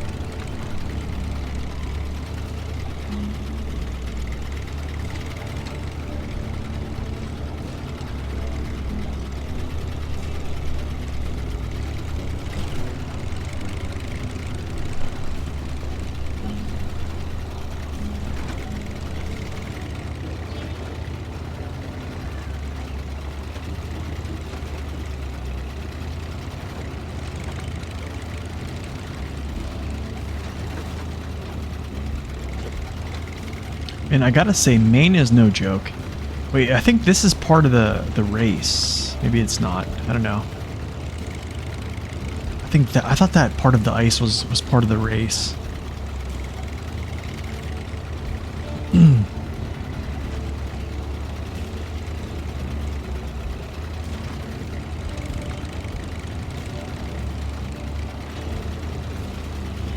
Oh, I see a way across right now. Easy way across. Basically, just backtrack, go right through the woods. Gotta say, this is kind of a annoying mission because, I mean, here's the thing. Like, look, like, yeah, I mean, we could have had some items to fix this, right, and then get us across there. But like, really, I'm gonna just walk myself right around this area, right here, go right up here, bypass this whole thing, and then we're gonna be fine. 4 wooden planks for that, man. And the thing is, you really don't go to this side of the map. Not too much. Not too much. Which I actually think they should have made a little bit more content over here.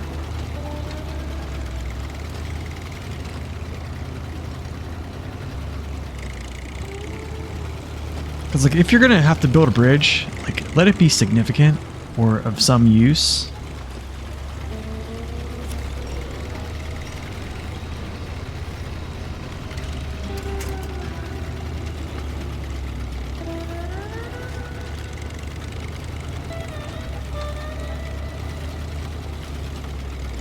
You know what the crazy thing is I thought about, you know what I think about sometimes is how much I complain about this game. And then the crazy thing is I'll go, actually the even more crazy thing is I'll go into like someone's channel who has, you know, tens of thousands of followers or even hundreds of thousands of followers. And, you know, they're playing the game and they're just listening to them complain about the game they play. And I'm sitting there, I'm like, okay, I don't feel so bad now.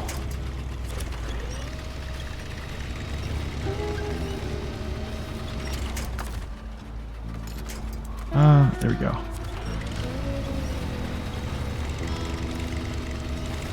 I did say we were gonna walk. I didn't say we were gonna run.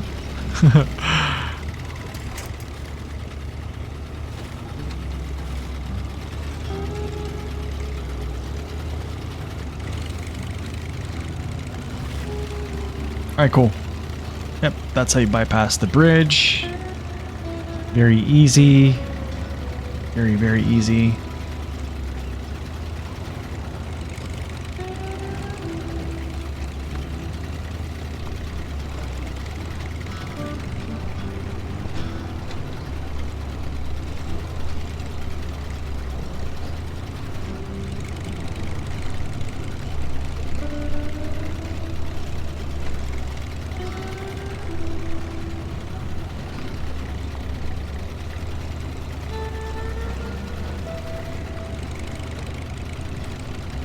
Alright, final watchtower coming up.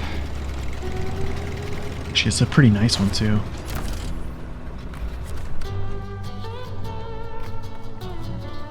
Let's go! Upgrade location.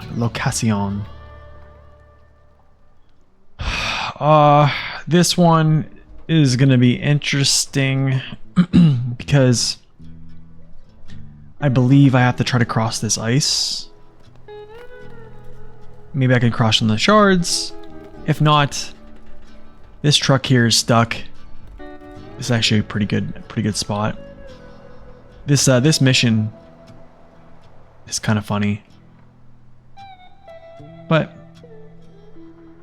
I'm pretty sure I can get either across here by flirting with this edge and then basically catching some of this and then go up. I mean, going up through here might be very interesting, actually. That could be very interesting. But we'll test it out. I'm pretty sure I can make it, though, on the ice shards. If I can keep the truck on the ice shards.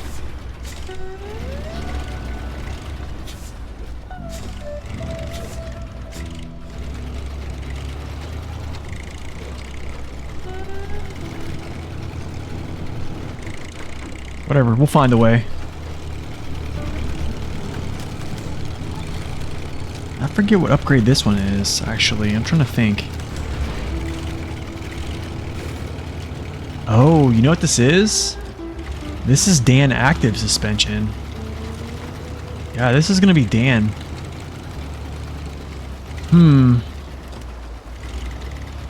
I really think I'm gonna fall. I'm pretty sure I would go. But I got a feeling if I race across, I might be able to, if I can make it to here, I can catch my winch here.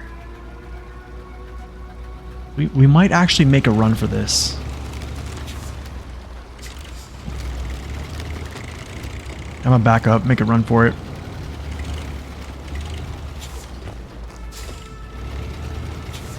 Loadstar is only 5,000.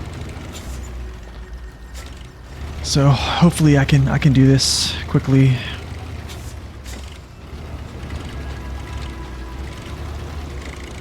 Let's go Loadstar, let's go, baby.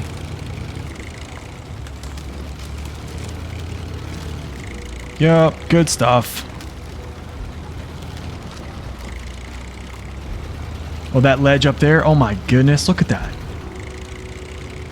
You see what I'm saying, man? Like, this is probably the most beautiful part of this map, I think, is like over. So like, this is a cool part, I think, over here. But like up here, there's not much use for, not many missions coming up in here. Like, I think there's maybe like 1 or 2. But you don't have many missions like up through here. And I think this is the best scenic part of the map. Yeah, it does look like Lion King. You know where it looks like Lion King also is like over here. Here, look at this. Kind of looks like Pride Rock, right? They got 2 Pride Rock areas. That is sick, dude. It is so cool.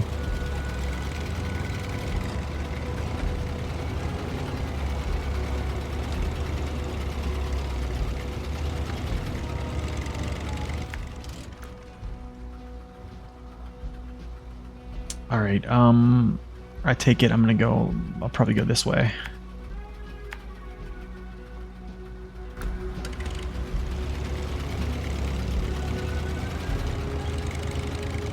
I almost think, yeah, I guess we'll just go this way.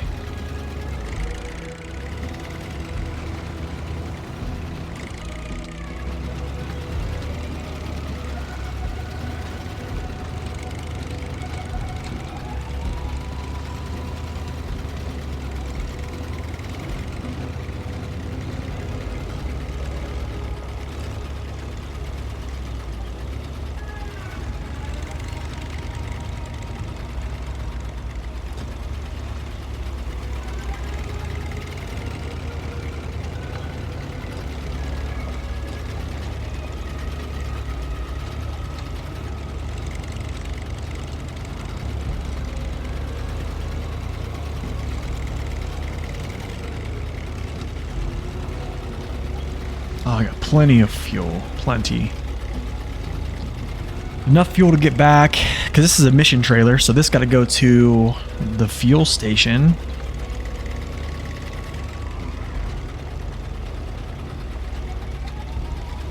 Oh yeah.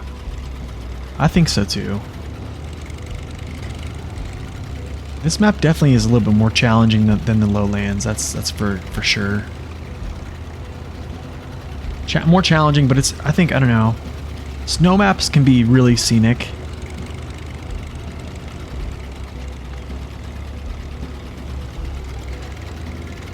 Some of the views, man, on these snow maps have been amazing. You know what's been crazy though is like going up to see the views in season 10. Like climbing up, I forget, it's like right in the middle of the map too, on Duncan Bay. And it just climbs almost straight up to the top, and then like looking out, you can like look over the observatory place. I was like driving up there the other day and I was like, wow. I think like sometimes I miss things in my first playthroughs. Oh, dude. Did I just really do that? Guess we cut through.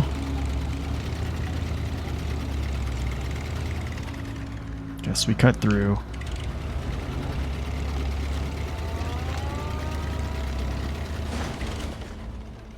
Ouch.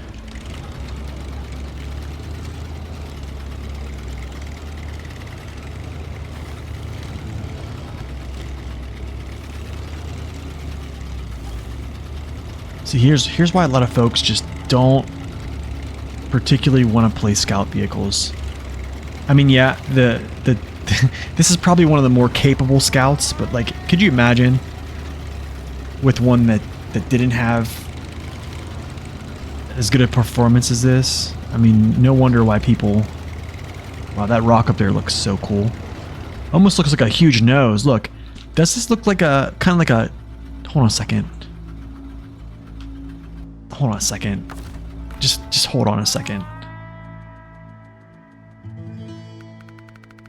Okay. It looks like a troll. Like this little slit right here is an eye. Right there is an eye. This is like a, you know, a bump on his head. Here's his nose. And here's like his long mouth. Or like a dwarf. You know what I'm saying? Like a dwarf nose. Right here, this bubble. This is like his head.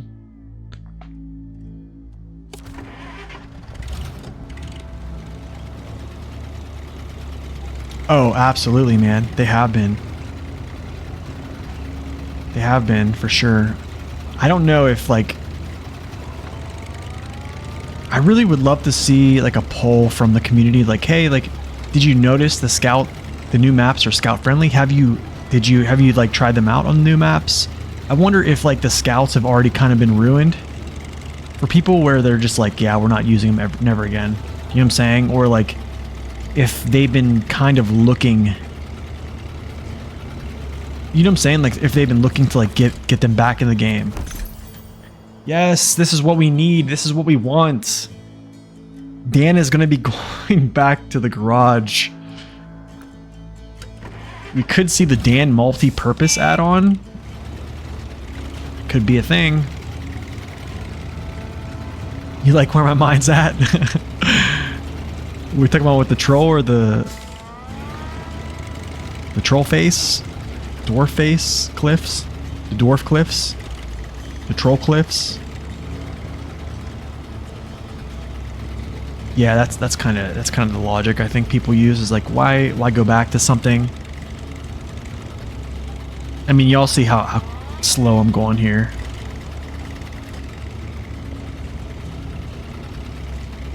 I mean, any of the really small scouts are just gonna get ate up down here.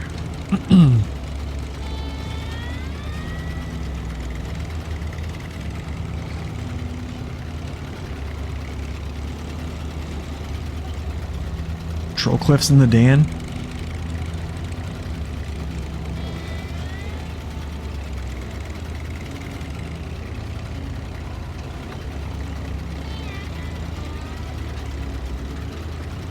Yeah, the burlap is in a,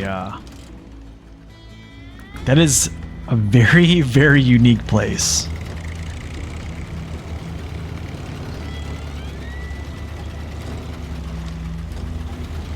I think what they did was, I'm gonna be honest guys, I think they put the burlap where it's at. Here's the thing, man. if they made it any stronger, if they would have given it like always on all-wheel drive or always on diff lock, if they even just would have given it always on diff lock, I mean, it's just too much power. That's too much, you know what I'm saying? Like, I think they went over the top by giving it scout trailers, to be honest. And then I think I would have been a little less disappointed if they gave like the Apache and, I don't know, Resvani, the Marshall, scout support. You know what I'm saying? I think I would have been like, okay, well, if you're going to do that, then give these trucks that.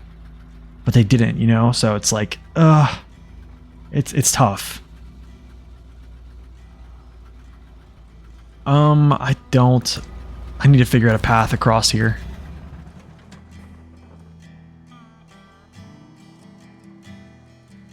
It is kind of twitchy with the lack of suspension, yeah. But I mean, like, the Burlak still has its downside. Some scout races are very inhospitable, scout territory. So maybe they wanted us to use towing bed to escort specific locations. Yeah, that could be what they were after, honestly. Okay, I need to figure out my pathing. 'Cause I need to actually get myself back over clear across here. Now, I could do something like... I have done something like this where I crawl along this whole place and then like crawl back this way. I've done that. I could do that. That'll get me over here. Yeah, maybe that's what we'll do. Yeah, maybe that's what we'll do.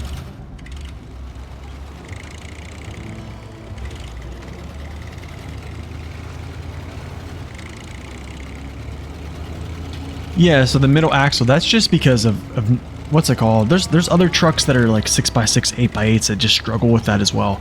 That's just like a lack of, honestly, this is just a lack of power. It's a lack of power, but it's lack of diff lock. So like, that all changes once you diff lock it. So like, they essentially just made it a vehicle where it's almost required to have diff lock on. You know what I'm saying? Like that's basically the requirement.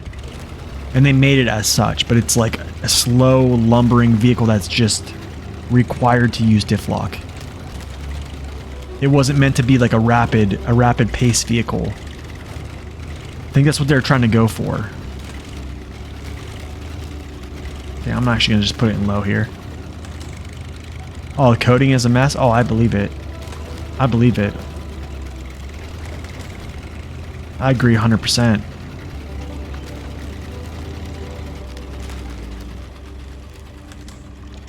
Oh my goodness. My goodness me.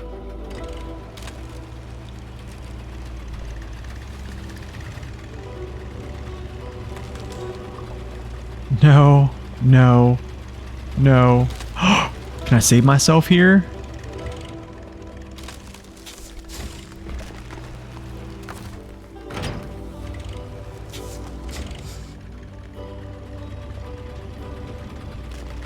Oh, that shard is killing me, dude. That shard just killed me.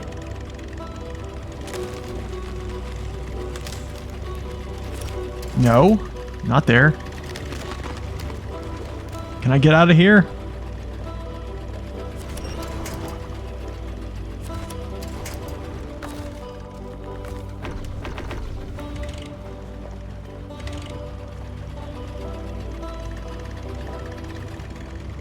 Oh, come on. Am I really stuck? Is this real life right now? Oh, I'm not. Aha, look at this. Saved by the sapling.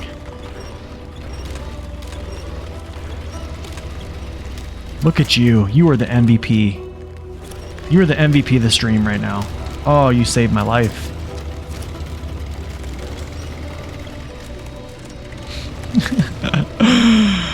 Oh, that's great. Now if I can get this trailer.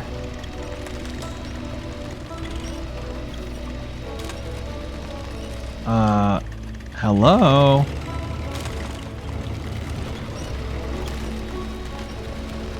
You're never that lucky? So, moral of the story, stay on the shards. You gotta be kidding me, dude. Are you serious? Are you serious right now?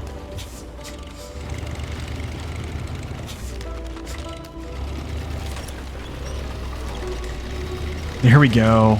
Oh, let's go.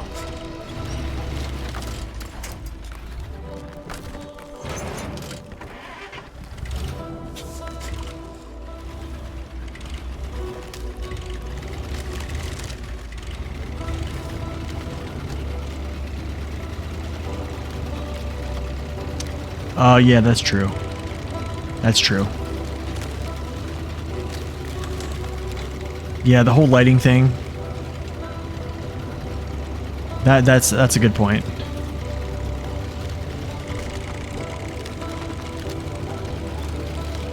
I mean, don't get me started on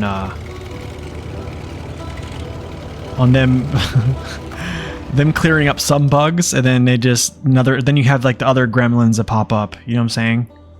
It's like, you know, one bug, you're trading one bug for another, essentially. So we're gonna go down through here. Go down through here. I probably could have cut down through here, came over here and made this jump. I've done that before, but I'm not really in the right mindset to do that right now. So we'll go up here. Rush. Actually, yeah. Get up to the road. Bring this to there. And then we're gonna start getting out our bigger trucks here. Start hacking away. I need to start bringing in some fuel trucks, trailers, all that jazz.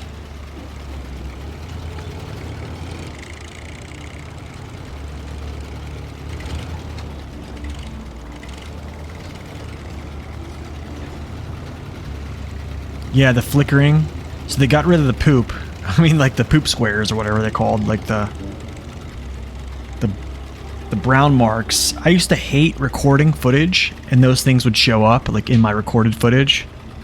But it would be like a really good shot, and it would just be an eyesore for me. And like now we get the flickering terrain, which is like, I think it's even worse. I think the flickering is worse than that. Co-op is still a mess. I think, like, I talked about this yesterday, like, you shouldn't even create a co-op game. If there's no chat box, like, I can't believe this game got through, like, testing and all that stuff. I don't even know if they had a beta for it. I can't believe this game got as far without anyone even asking from the development team of like, hey, why don't we have, like, a chat?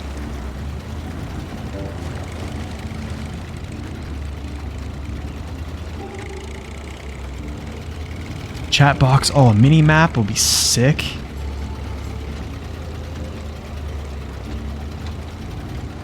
I never thought about the mini map.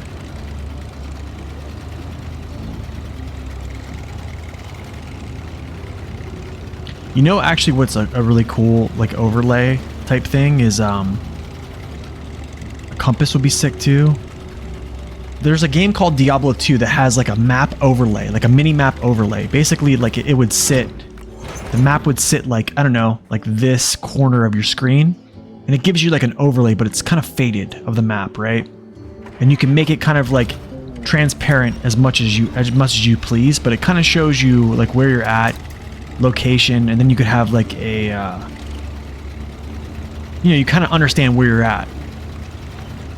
So then you never have to like stop and pull up your map. Like your map is on your screen. Like I wouldn't have to stop and like pull my map up, but like if I needed to like select missions and do like more precise things like you know, set markers and stuff like that, I could do it by just hitting my map button. Turok? I didn't know Turok had that. Does Turok have that? That's like, I mean, you're talking old game there, man. I used to memorize the code for like all weapons, infinite all weapons on Turok. I remember it was something like the last couple letters was like TDTRK or something like that. I don't know how I remember that, but yeah.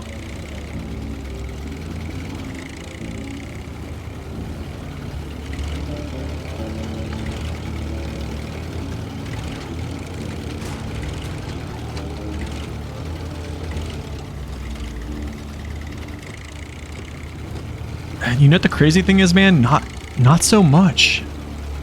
You got to think about your crowd.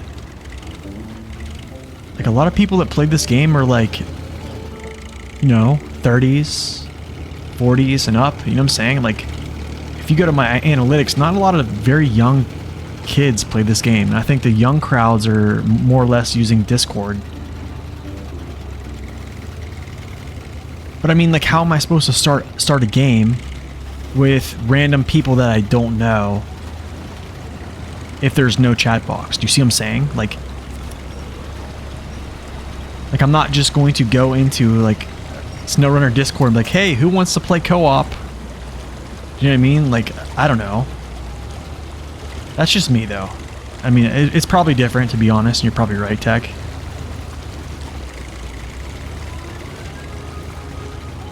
You can plug a mic in for open chat, really? I didn't know that.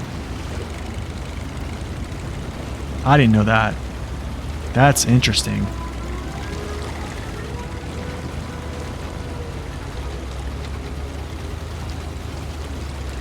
That's interesting.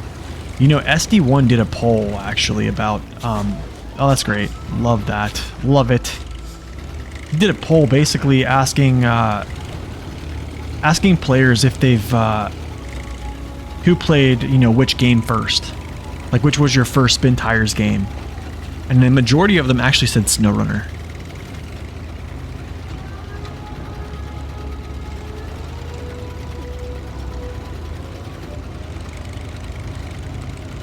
Dang. You play with people in your 70s and you still use Discord? Dang, maybe I'm wrong then.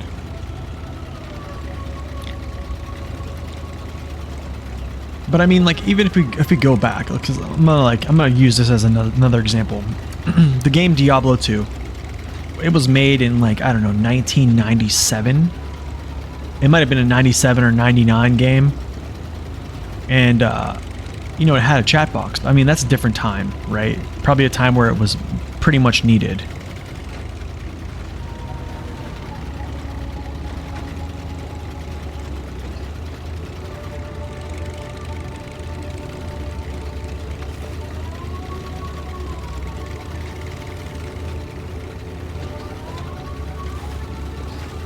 Oh, wow. Yeah, the crazy thing is I'm actually noticing the rear lights, or the lights on the trailer for once. That's weird. Yeah, you kind of had to have a chat. I think that was just a different time, so maybe my argument's just not correct.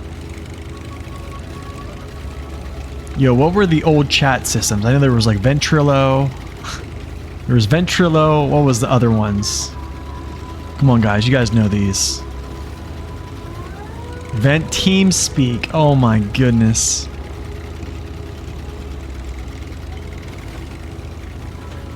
TeamSpeak. That's a good one, man. Whoa. Fireflies. Alright, District. It's good to have you, man. Good stopping in. Take it easy, brother. I'll be by the stream whenever you go live, hopefully, if I have time.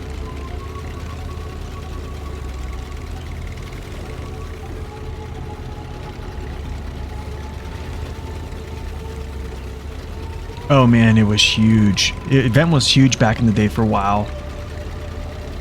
I remember it, man. You know, guild leaders saying like, all right guys, everyone in Vent, let's go. It's raid time. Oh man, that was crazy. The push to talk was like the only way. Like the voice activated part of it was like just sucky. I never liked the push to talk stuff, man. But I mean, like, also I was sitting in the room with like my brothers who also played at the same time. So like we would talk like, you know, just chat and talk like, you know, shop talk when we're doing stuff with the guild or whatever. We would just like without the mic keyed up.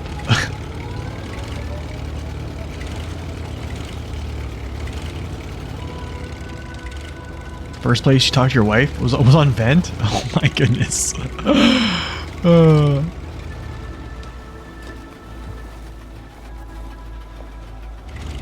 I don't know what Roger Wilco is. That sounds pretty old. Oh man, is it nighttime yet? Oh shoot, we can probably do this mysterious monoliths, right?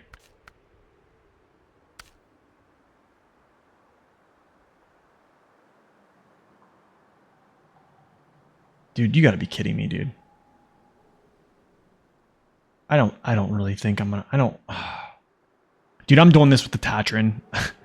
I'm not even messing around. I don't really even care. I don't, yuck.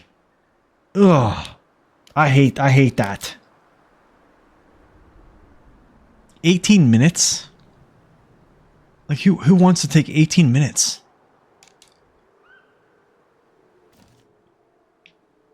Like I don't even think I would have the uptime.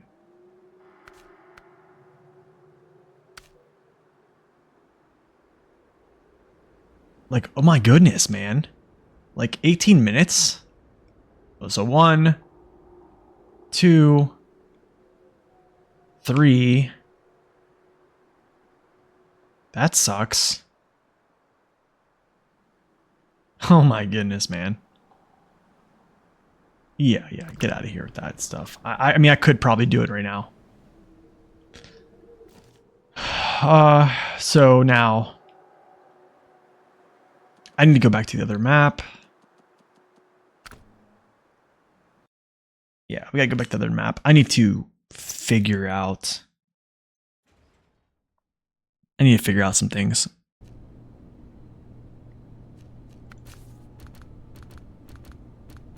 Do I bust this out now?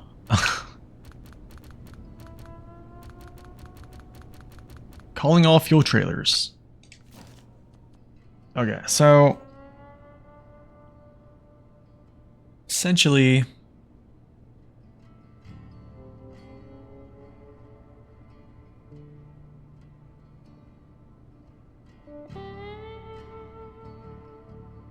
okay, I got an idea. First off, here's a good idea.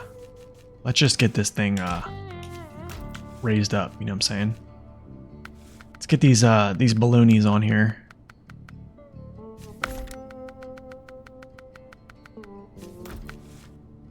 Advanced. I already have that on. I don't need that. I already have that.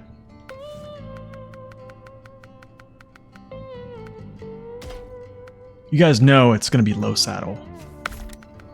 You guys already know this.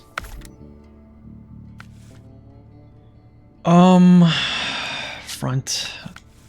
Do I really want to mess with all this jazz? I don't really. Kind of like the stock bumper, to be honest. It just looks good. I don't know, it's just me.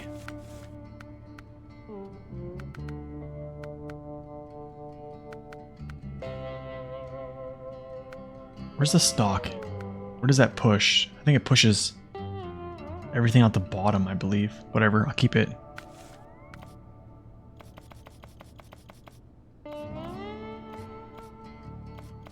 I kind of like the regular color. All right, so let's see. I need to get. Okay, 605R.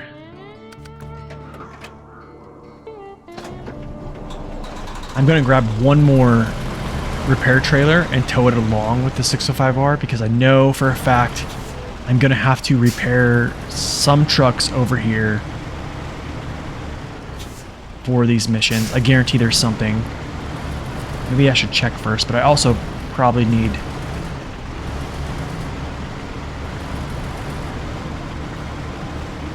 I'm gonna do a little research. Red, white, and blue, baby. Let's go. Yes, sir. I'm gonna look at Map Runner. I want to see what these missions entail. Just as a quick overview.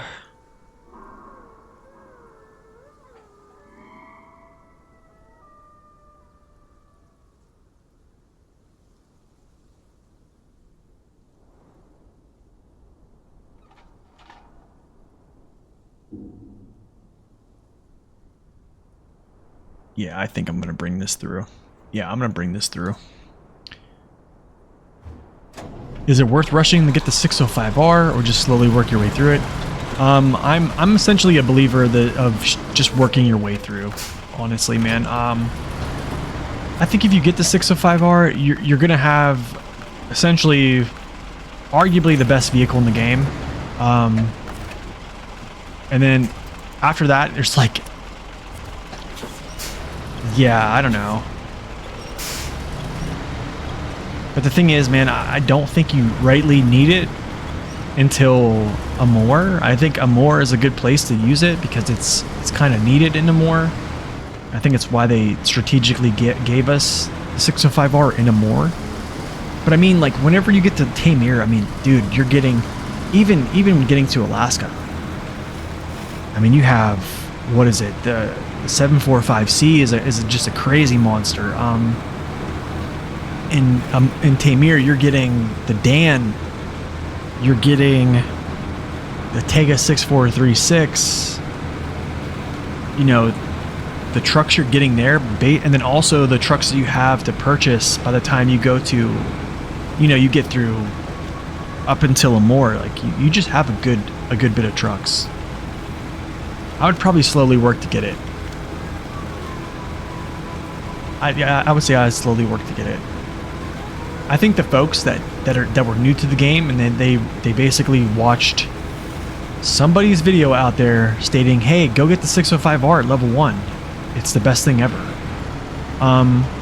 Those folks that listen to that, I can guarantee you that a good bit of them have probably stopped playing the game now because they essentially just did all missions with 605R, or they bought the 612, which is arguably the rival, or even arguably could be better than the 605R, depending on what you believe. But using the best truck in the game to just crush it, it doesn't really, I don't know, I feel like I would get bored. Oh, if you're on Urska River, dude, okay, so like if you're already in Amur, I think you can probably finish Urska without it.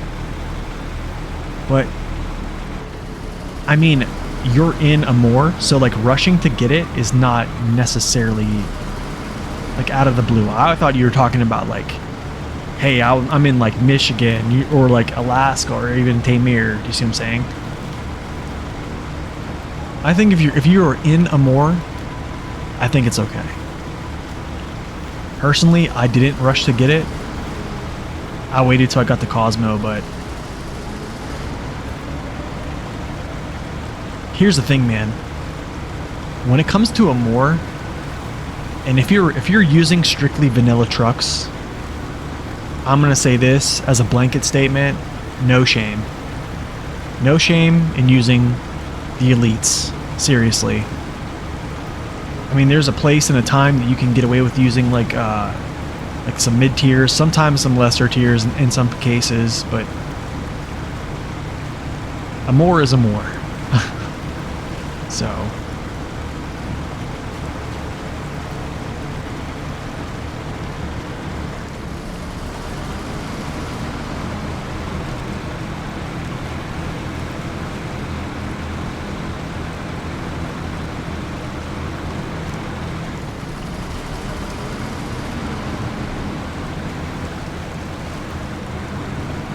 okay, so this is going to be like all the repair that I'm going to need over here for the duration. I know the one trailer already has taken a pretty good chunk out of its repairability, but I just want to be able to repair trucks over here. Because I know for a fact that my scouts are going to get beat up, or even I think my trucks, period, are going to get beat up here.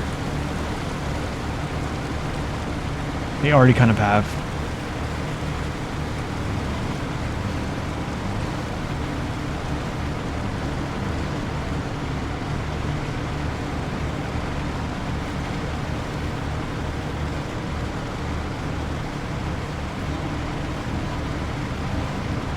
I mean, I really think the 605R, I think it's a little bit more rapid than the 612. It's not that the 612 is less capable in mud. It's actually, its tires are insane. And the 612s are pretty crazy too in their own way. But I think the ability to just smash through terrain and not slam your nose as much, that's something I do find that the 612 happens a lot, is it'll crush its nose.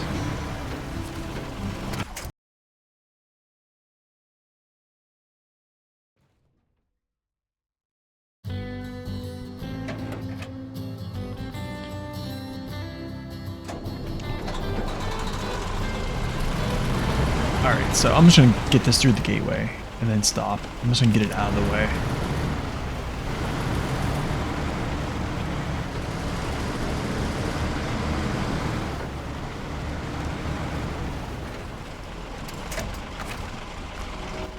That stays there. Back to the garage. I need to get another fuel truck out. Another.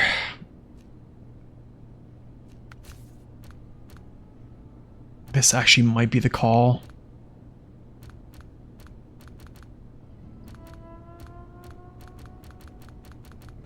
Let's see what I have on this map as a fuel truck. You know what I might do, and this might be. Oh, I kind of want to leave him here, but I don't. I want to use him, but I don't want to just peel him off because I need a truck here for gas. But he's almost out of gas. That's the thing.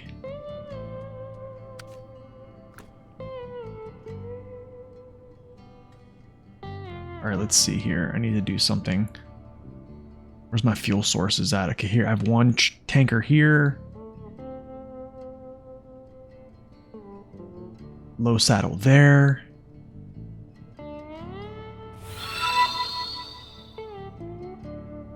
Yo, Zokara, thank you for that 6-month tier 1 sub. Appreciate it, man. Much, much appreciated. 7, no, I don't want that. Okay, I kind of want to leave this here. Okay, I need another truck. Oh, we need another truck. All right, cool. All right, low saddle it is. Man, I could get this out right here and just low saddle this with a tanker. But I do have this. Actually, I want to use this.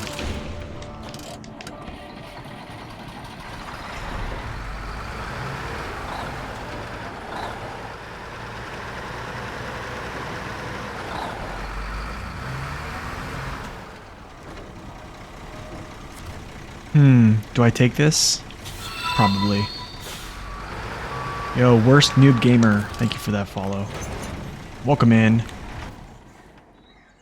You still have to figure out all the logistic stuff. You return to the game after 1.5 years. Wow, man. 1.5 years. Welcome back. Welcome back, man. Okay. So, trying to think what is the best routing for this. I actually might take him through the southern gateway. Because I want him to actually spit out up near the gas station, so then I can do the gas station mission to open that up, because I have this trailer that's half full. I can siphon some of that fuel and still turn it in based upon the 10% rule. And then I'll have this fuel source up there. on that side of the map, and then we'll put like a semi-tanker somewhere as well.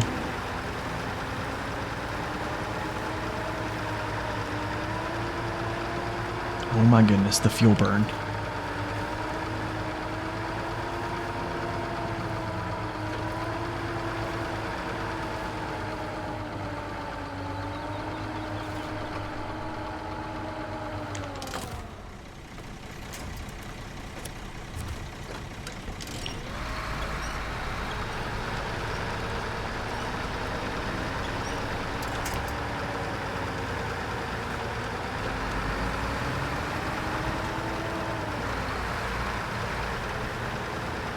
Let's go, thread the needle.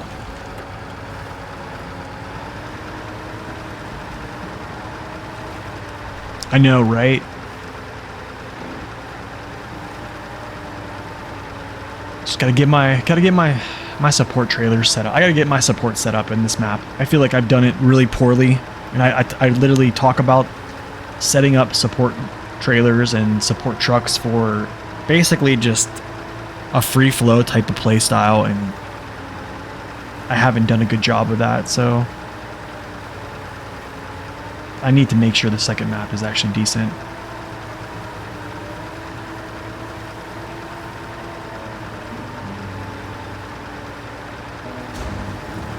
That's lovely. That's lovely.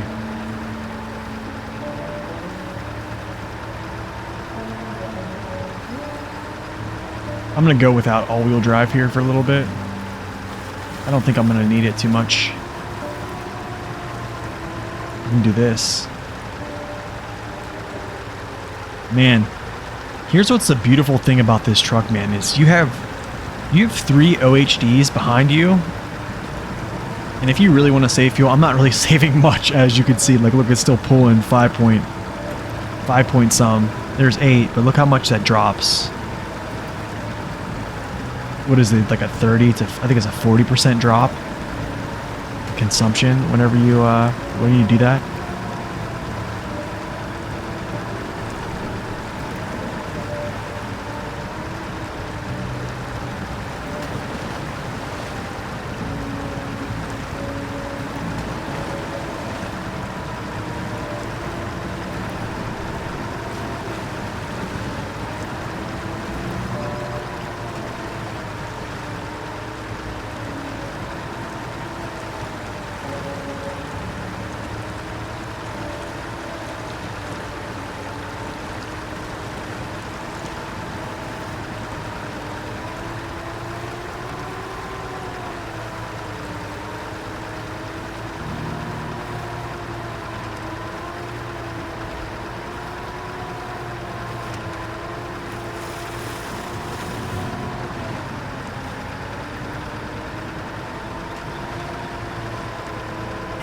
.6.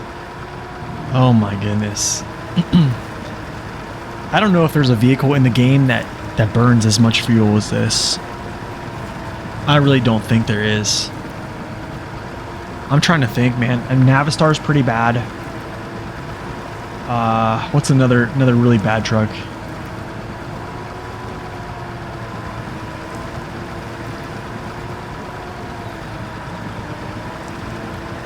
Yeah, that's why it's fun. Like this, having 3 OHDs in the back and just using your rear tires is just kind of fun. You can lower your consumption quite a bit, but I mean, 5.0 is still a lot. The bore is pretty bad too. What's another one that's just terrible? I'm trying to think. The 6900 is not too good as well. That's another one.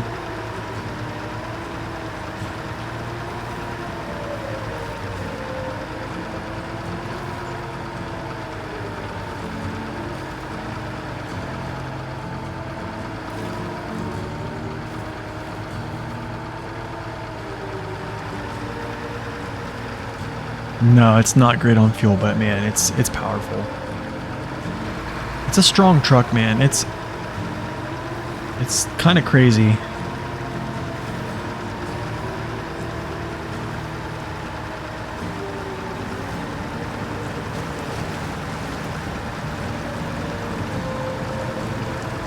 You know what would probably be one of the most overpowered setups with this truck is if you could haul, or if you could put the medium fuel tanker on this and then still have a 5-slot bed or a 5-slot semi trailer, because you know you can use the service add-on with a 5-slot,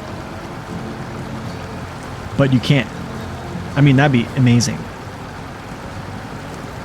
To be honest, what you could do, actually, I have an idea.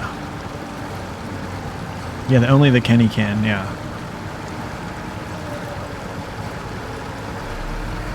I do have an idea.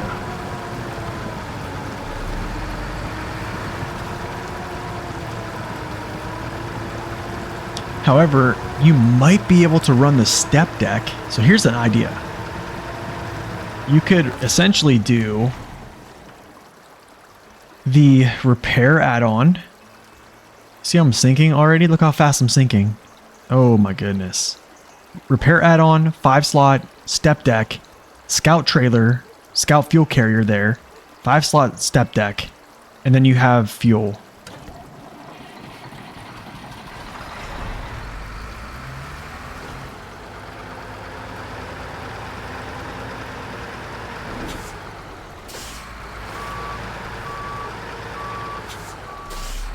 Try to give the high range gearbox a try.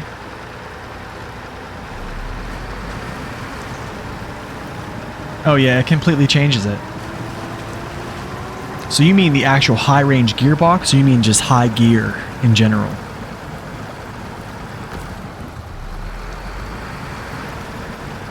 You also gave up using the A&K balloon tires. They're just no good at deep snow. It's not that they're no good, it's just you have to... Your progress is going to be slowed. Okay, so like essentially, what I mean by that is the balloon tires on pretty much all the trucks have...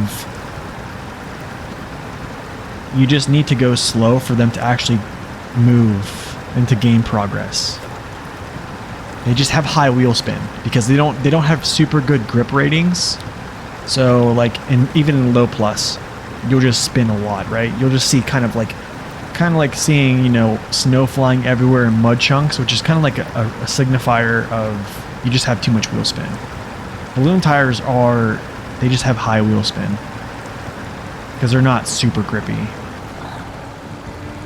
But yeah, I mean, if you just downshift to just straight up low, usually it works pretty good. But also, weight on wheels helps as well.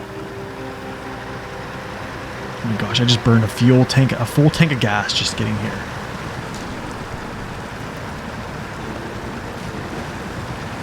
Oh, high range gearbox? Yeah, high range gearbox is pretty insane.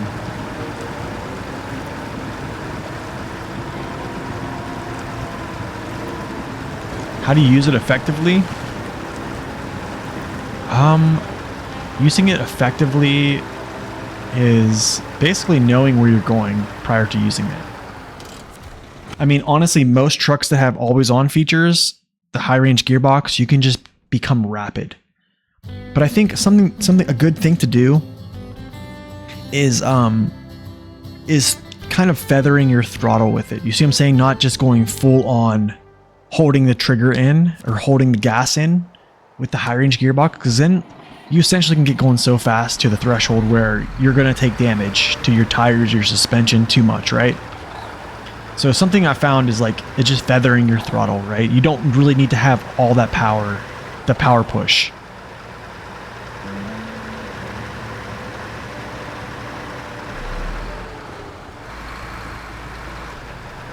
But yeah, I mean, high range is pretty nasty. It can be pretty crazy, especially on maps like lighter maps like Alaska. I mean, you can push. I mean, it pushes, man. I mean, like, you can get going pretty rapid. But that's the thing is, like, trucks that have slower movement speed, it's different. Stop. Refuel. Okay, so here's what we're gonna do. Loadstar.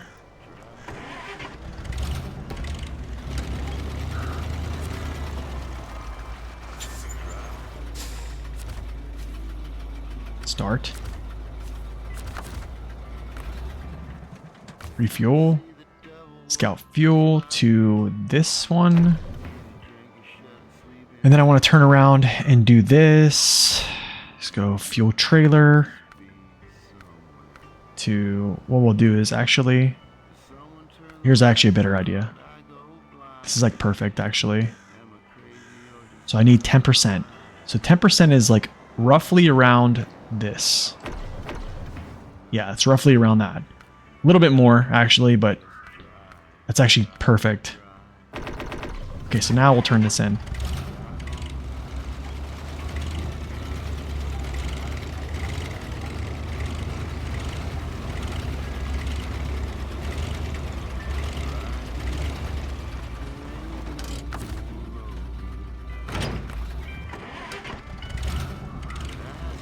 Yeah, I think, I mean, it's like tail, I mean, this is like the argument. I mean, it's the same argument as, so there's the argument of burn value, like current burn value, okay, based upon distance traveled on a full tank of gas, which is the argument of burn value, I think, because you're not allowing so much throughput of power. The off-road gearbox is not going to burn as much when you are in bad conditions, more likely, okay? Just because you're not allowing so much throughput through the engine, okay? In some places, yes, because of low plus, and in some places, no, because the high range gearbox also only has a low setting, so it's not a higher, what's it called, a velocity. Okay, refuel.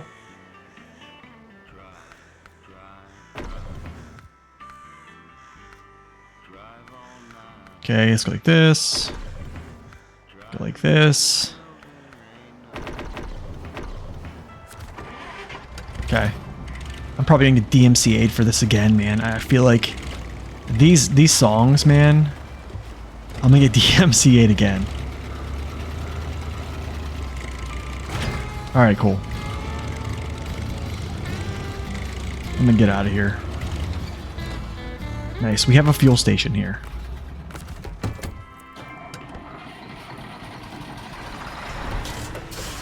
I'm gonna just mute the game sound. There we go.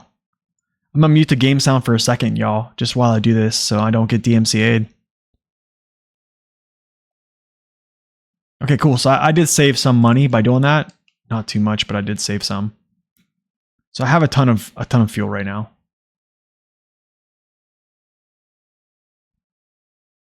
Oh yeah, for certain trucks, it's amazing.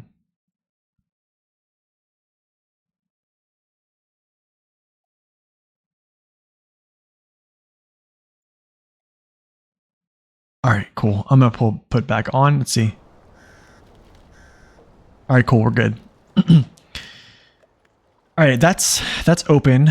The Fallen Bridge. This has to be done pretty soon, actually. Concrete slabs, metal beams.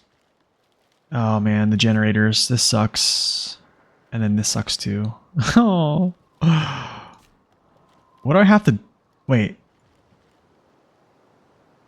I think I just... This requires metal rolls. 100 liters of fuel. You gotta be kidding me. Okay.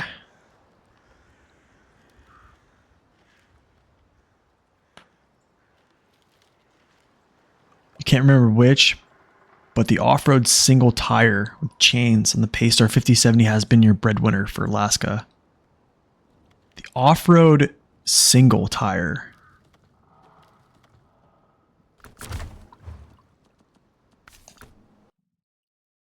Let's check this out.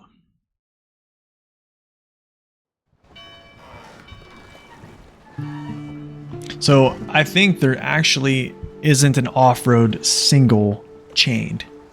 I think it's going to be the UAD for the Paystar. I think the only other option, the double, is going to be the OHD if it's chained for the Paystar, which I think a lot of folks really don't understand how crazy the Paystar is. It's not the most powerful and rapid opposed to like engine power, but it has some of the best tire options in the game.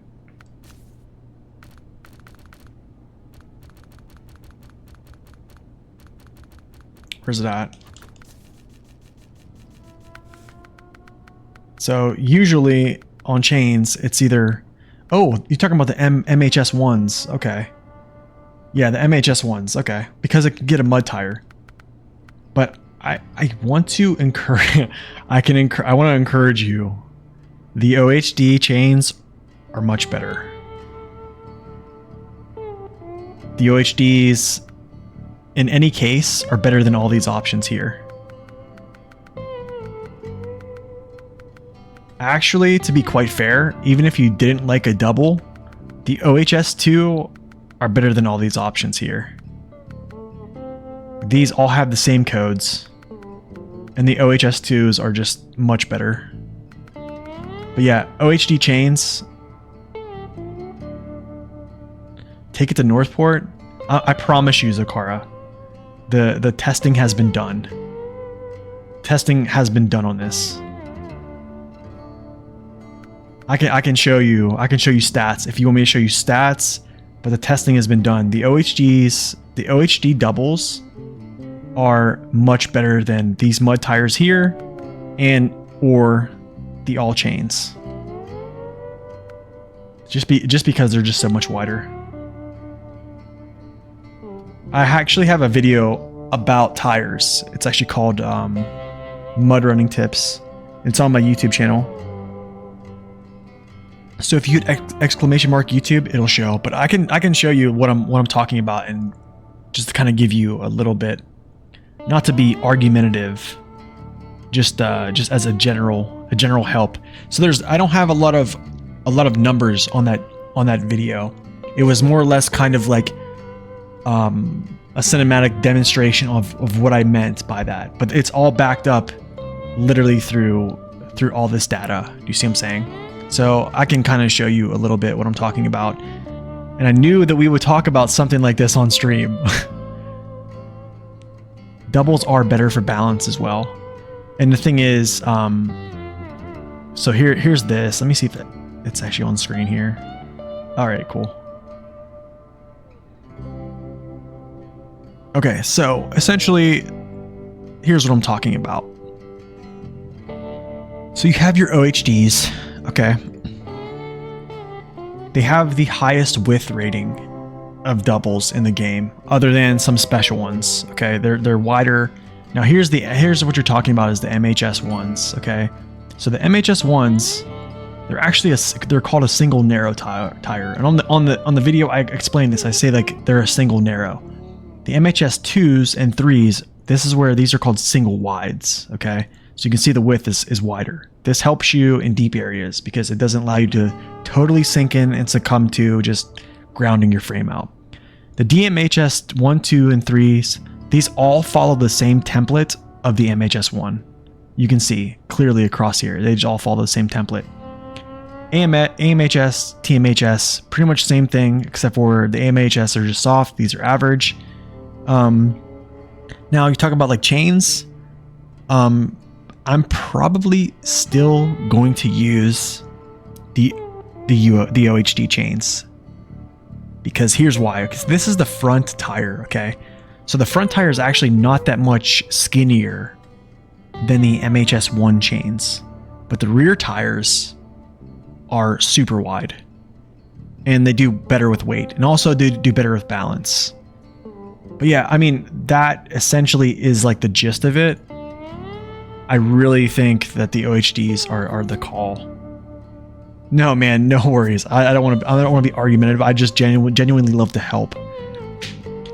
But yeah, I mean, here's the thing: is mud tires are great, but like if you don't have like an MHS2 option, I don't think that running these are better than running like an OHS2. But if you have an OHD option available to you, I mean, people have done research, they've done testing on this. The OHDs have won in a lot of trials, but like we're talking by a couple seconds. Okay, so you gotta understand, like, this is a couple seconds, but I think the balance gain that you get from these, especially with a truck like this, a tippy truck like this, I think it's amazing. Also, I think it's really good for when you run a low saddle and you're pressing weight down into super wide tires with good dirt ratings, because you're pressing them into the earth and there's dirt in that mud. So that's essentially, you're just getting traction from it. But yeah, that's just my spiel. I really thought we were going to get through a whole stream without talking about tire ratings, but hey, I'm a nerd.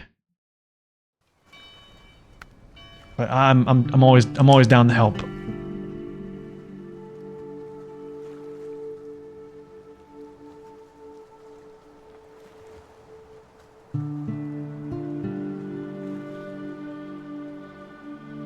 So the weird thing is so as Saber has told me, weight does affect your grip, okay? So the reasoning behind the OHS2 being better than the MHS1 and all the DMHS values, in my opinion, I think it's a better dirt rating. So what I think is vehicle weight in combination with the dirt rating, because in any piece of mud, like, there is still a dirt traction in there, some type of friction in that mud pit. So if the OHS can hit that with a higher dirt rating, you can actually pick up traction in like those moderate conditions. However, here's the thing, because they're also a single narrow track, they can succumb to getting grounded out. That's all based upon the vehicle's clearance. But you got to understand this, the vehicle's clearance is not what you would think realistically. It's actually based upon a collision model that's in the files. So like the collision model in this truck actually wouldn't really be necessarily at its axles. It probably is sitting like up here. So then you wouldn't have, you know, any type of ground resistance until you hit that part.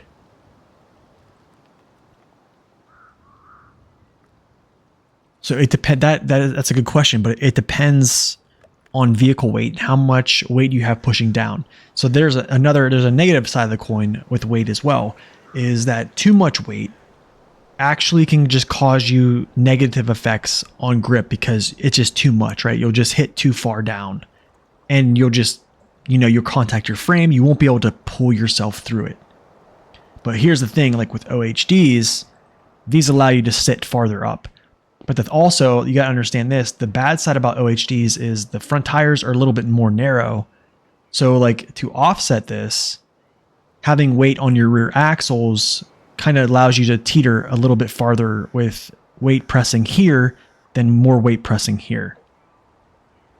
So, or another thing people do argue is you could essentially drive backwards in really, really deep conditions, because the OHDs, the doubles, will contact the surface before your front end digs in.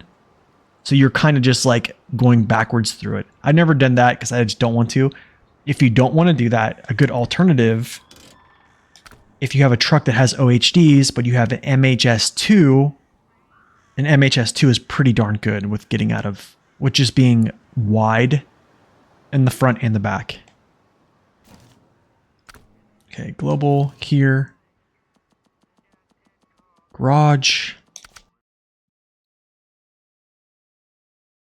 Okay, I'm trying to think what else I need here. I have a tiny bit of fuel. I need to bring...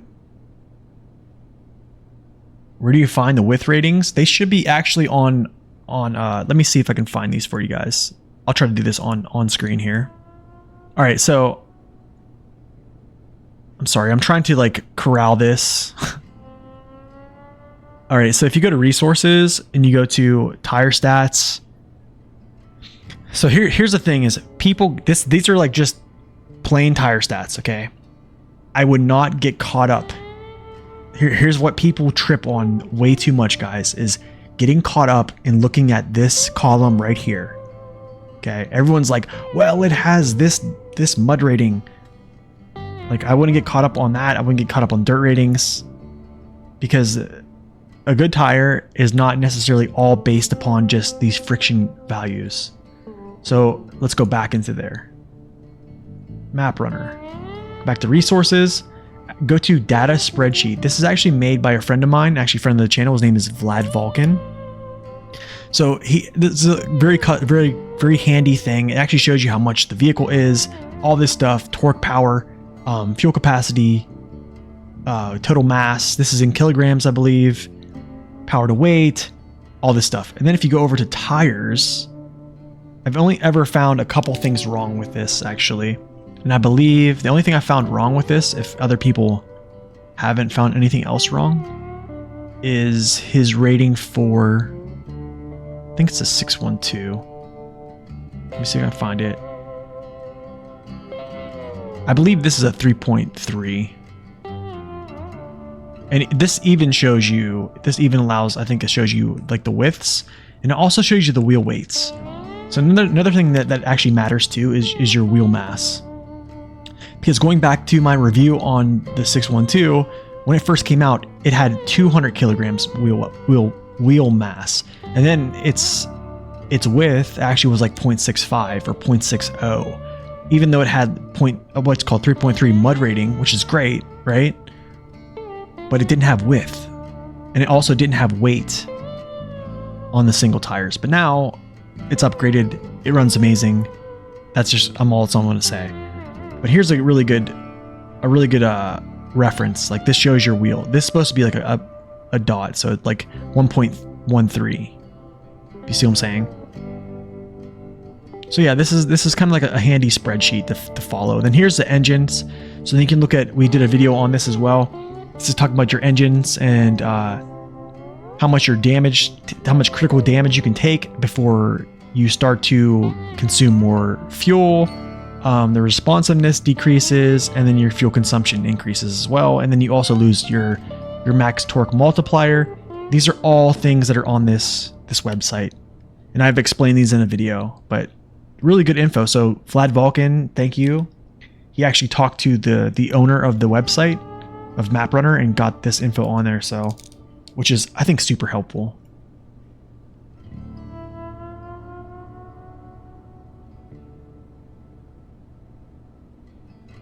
How do you find the width on the front and back? Yes, both are in the same column. Yeah, both are in the same column. So if there's not two, that just means both front and back are the same.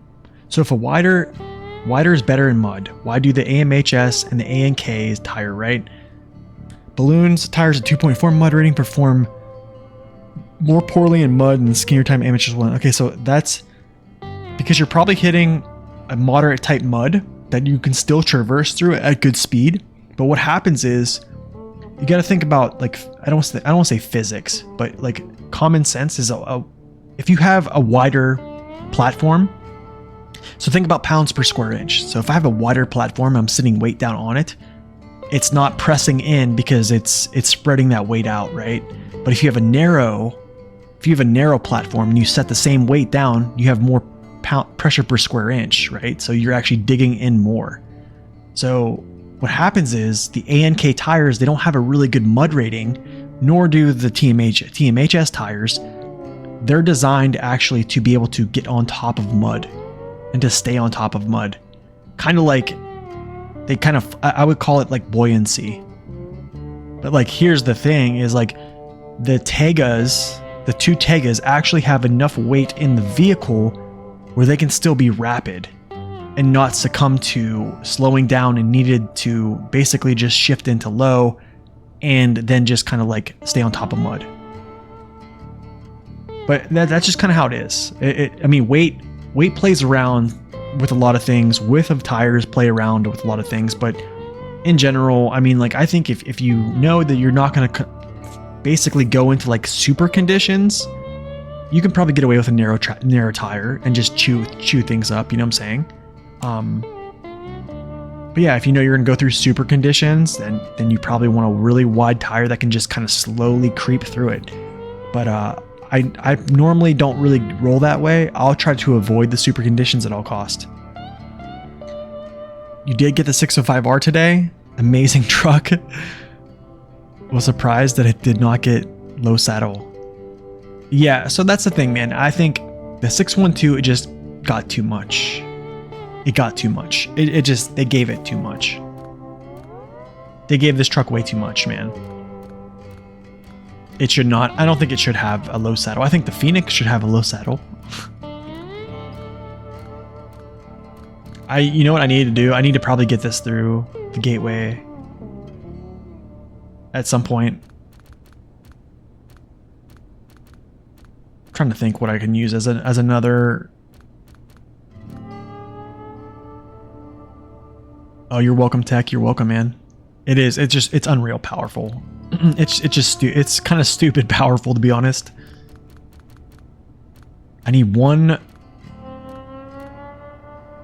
You know what? I do have the 605 up there. You know what? Just because we're talking about it, I'm gonna break it out.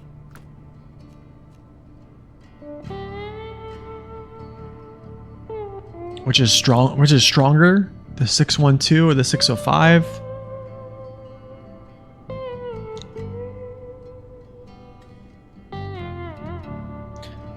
Well, here's the thing also, is the OHDs.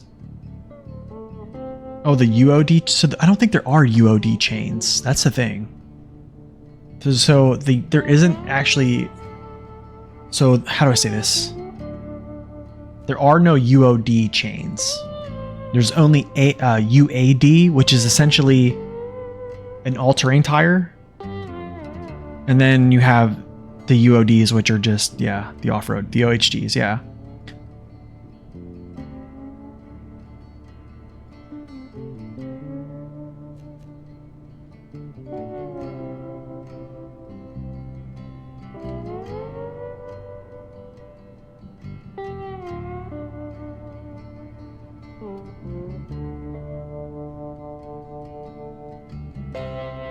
Yeah, I see what you're saying, though.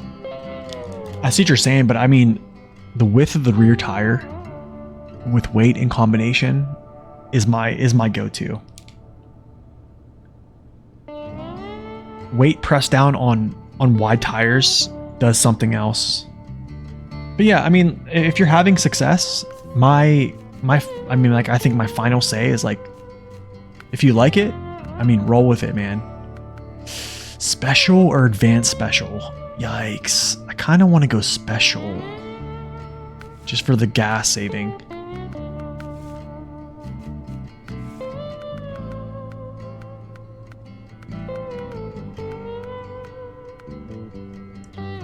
You know,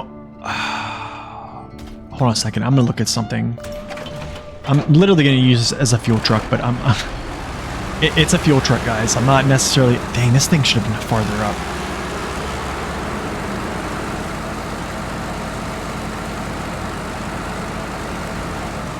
Oh, there's 4 metal beams there. That's awesome, because I'm going to need those, actually.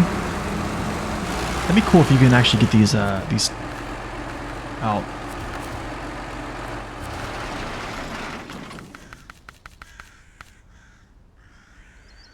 Saddle low required. Oh, I don't even have a saddle low on. Do I have a saddle high? Are you kidding me? Also, this thing got a better turning radius as well. So back to the question where like which is a better truck, the 612 or the 605? Oh man, I think that's a very good question, and I don't know if I can. I think I know which one I would trust more if like the chips are down.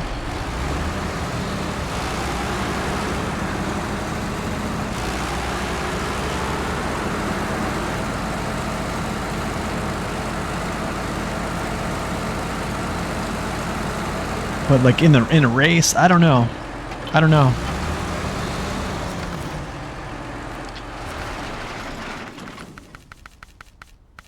Okay, let's go there. I'm going to go get some fuel. And then this goes through the gateway. And I think that's pretty much... After that, I don't think I'm going to do much more. Oh man, it's alright. I pretty much... Honestly, man, I have a lot of folks that come in and ask the same question. But it's fine. I'm okay with answering it multiple times. But I mean, the video explains it really well, just without numbers. Like I'm not putting numbers on the video.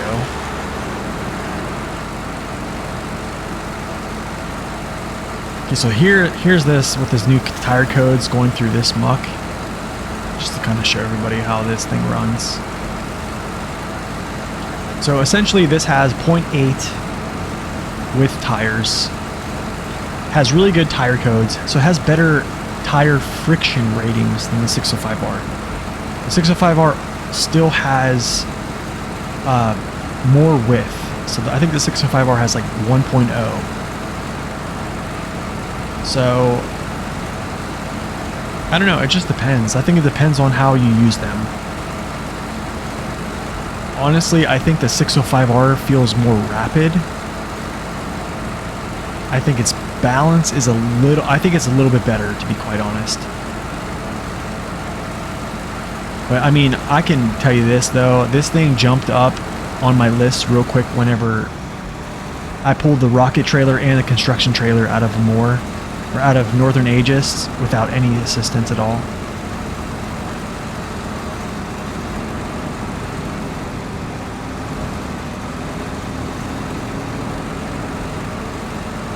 Yeah, the 60, honestly, man, it's kind of up to the driver.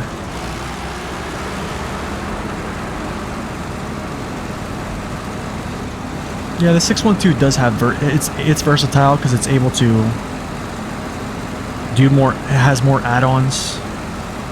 But I mean, that's the thing is, my argument with what Sabre is doing is they gave the most powerful trucks in the game versatility instead of making them a little bit more focused on big matters. Do you see what I'm saying? Because you kind of kill the medium class trucks, like you kill the off-road class when you do stuff like this. Like the Kenworth being able to do so many things kind of killed the off-road class, and then this kind of just hammered it. I mean, I don't think that's a terrible argument, because it kind of did. I mean, go look at other people's channels. I mean, you can see them, they just use Kenworth Zix 605R, Kenworth 612, or the Zix 612. Like, it's just when you allow one truck to be the Swiss Army knife. So this essentially, like, the truck that was a Swiss Army knife, which arguably is okay, but it's still in the heavy class, was the 73210. Okay, but the 73210, we know that it still had its issues, right? It still had, like, I don't know if I want to do this. Actually, I want to go through the gateway. What am I doing? I'll fill myself up. Trunk repair supplies. Hold on.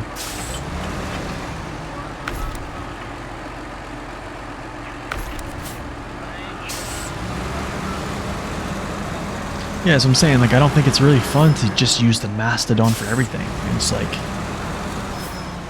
that's a really good way to just, like, lose interest in the game totally.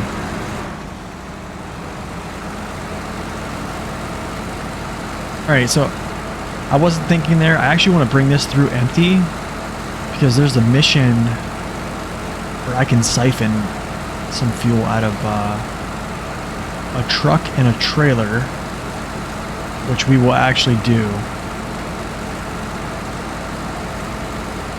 Yeah, you can buy the 612 day one.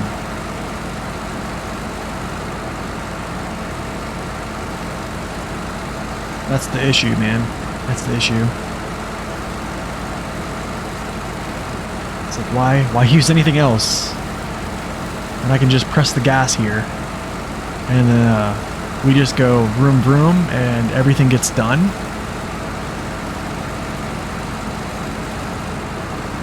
Yeah, this is a pretty thick spot, and it's just kind of shredding through this right now.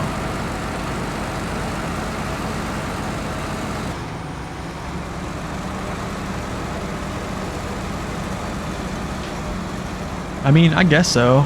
If you really want to use OP trucks, but I mean, like, I think by the time that you want more of an actual challenge, like, I don't think, unless you were like an off-roading simulator fanatic, you're just gonna move on to another game. Like, we gotta be real.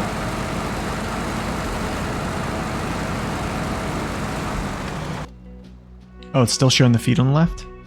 Oh my gosh. Good.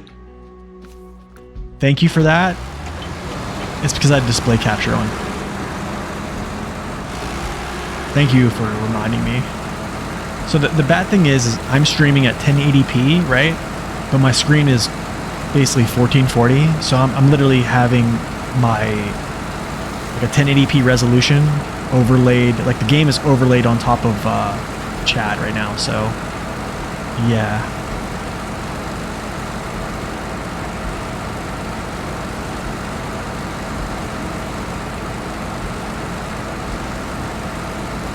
You still feel like you're using OP trucks with the Navistar and a Western Star Wolfpack?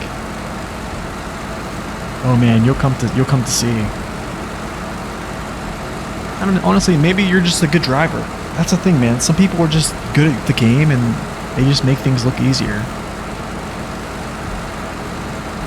But I mean, here's the thing, like if someone wants to use really good trucks, I understand. Like I don't want to like, I'm not trying to stat shame, you know what I'm saying?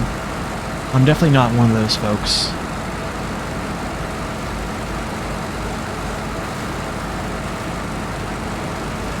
I do like to say oh, let's see if high gear works as it is.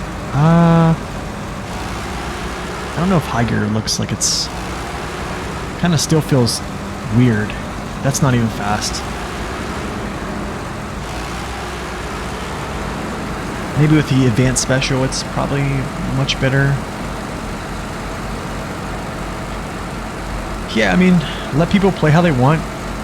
But, I mean, I have my own thoughts on it. You guys have your own thoughts on it.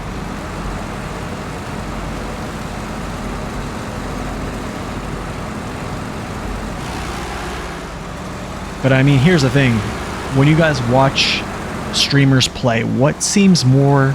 How do I say this? What seems more like engaging and fun to watch? Someone who is just using a truck like this, or I'm literally like my left hand is not even on the controller. I'm literally sitting here driving with my right hand and holding the gas trigger. So like, what's more entertaining? Like someone actually struggling it out, or just seeing like a lot of throughput with missions and stuff like that.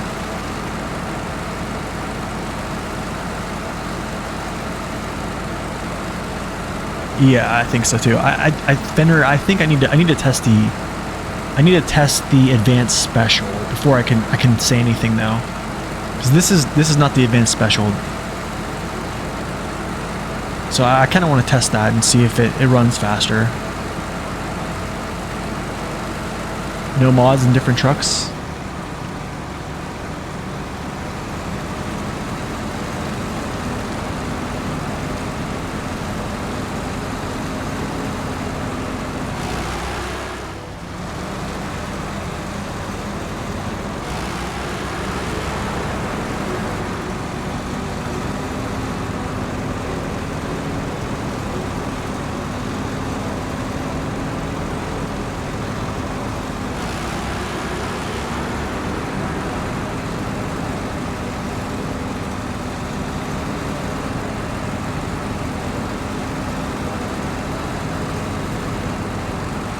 It still seems weaker with the advanced? That's weird. It's very weird.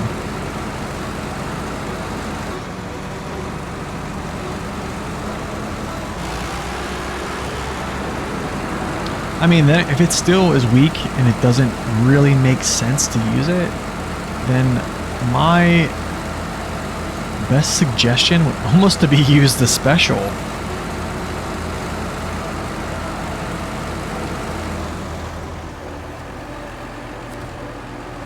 Man, if you've went through Cola already, I think you're doing pretty well. I think you're doing pretty well. I mean, scouting out Cola. I mean, folks that can do Cola Peninsula and enjoy it and get through it. I mean, that's still a pretty hard map.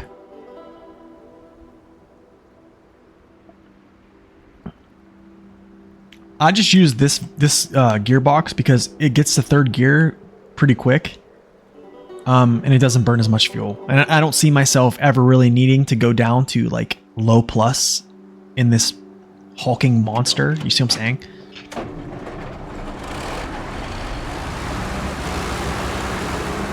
Okay, I might do something here, guys, before... I know I said I wasn't going to get the other trucks out, but here's a mission I think I need to do to kind of solidify getting some fuel.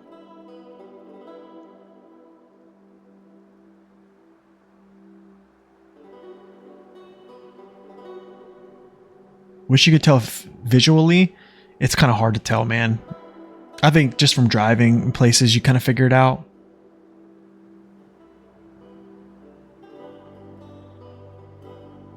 But yeah, the blue color, but I mean, you don't really see the blue color until you're essentially in it.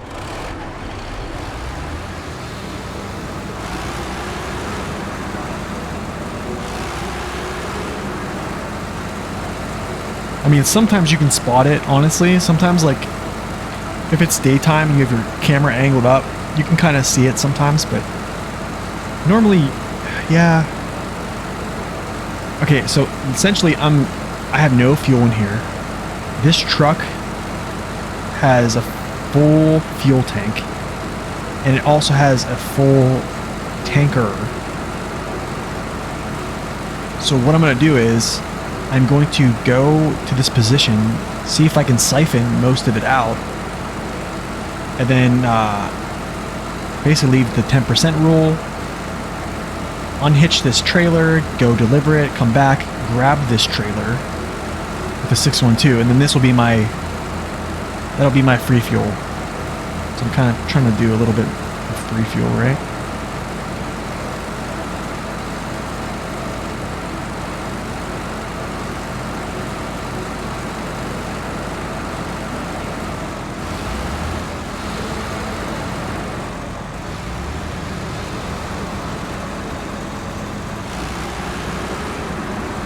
Ah, I see, okay. I see what you mean.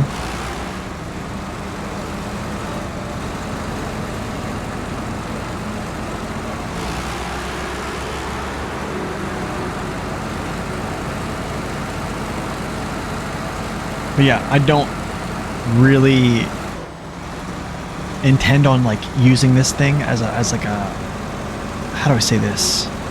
As like a mission pusher in a more. Oh, absolutely. Absolutely. But for here, I just want to use it real quick to just solidify this fuel.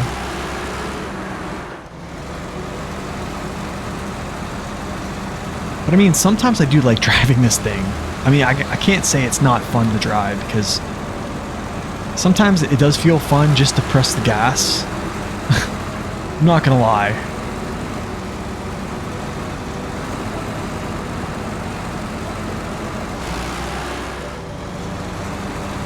Yeah, that's true.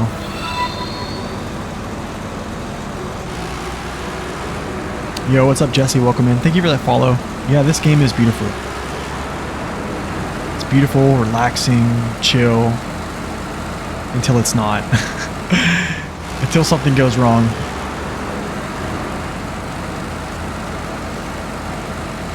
Alright, so I wonder if this thing is like attached.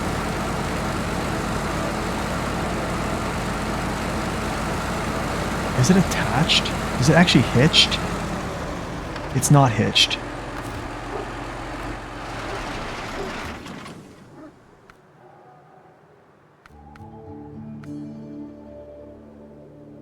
Yeah, there we go.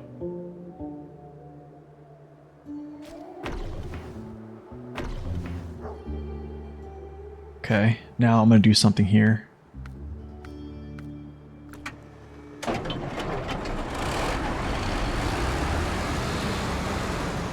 Yeah, sometimes. It can be. It can be. I'm actually going to refuel this Paystar because I actually want his engine to be able to run at some paces. Okay, there's that.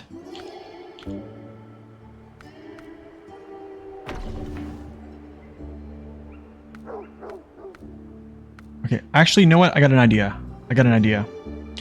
We'll do like I did the other one.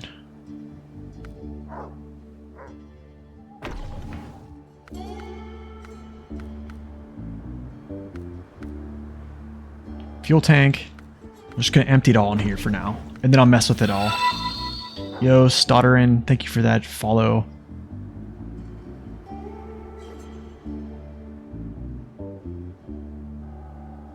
Yeah, exactly. Yeah, exactly.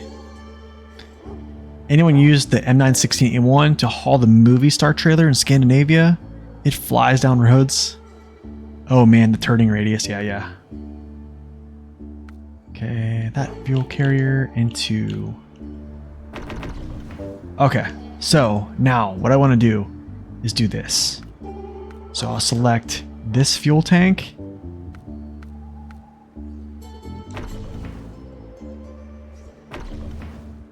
I'll do that. And then I'll select this fuel tank. Fill this up. Actually, wait, no.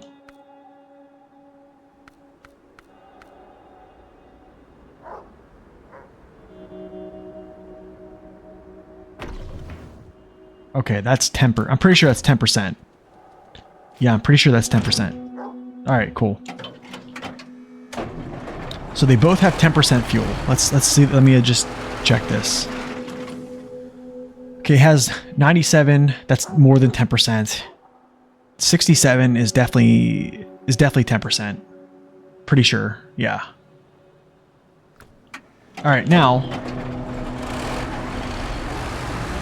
Actually, I need to back this out. We're gonna come back and get this trailer here. Good thing it's dark, right? It's always a lovely time.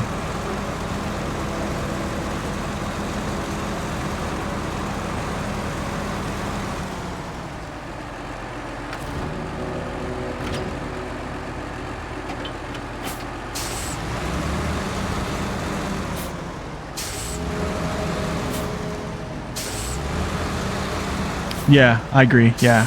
Sometimes it's nice to just play the game, not have to worry about tipping over. I get it. I for sure get it. Let's go refuel.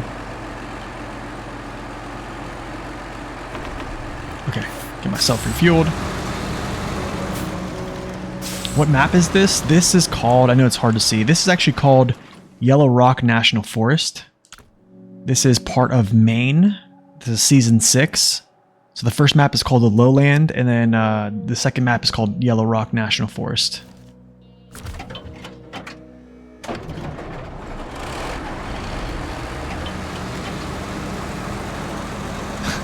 A few joys in life greater than reversing log trailers in the dark, right?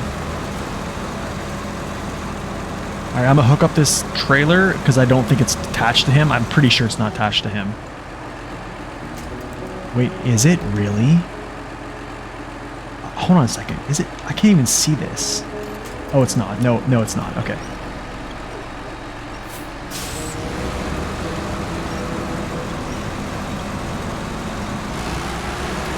Okay.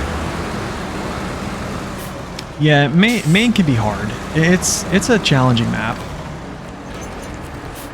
All right, so now we're hooked up to this tanker. You know what sucks is hot. These winch points on that trailer are just terrible, man.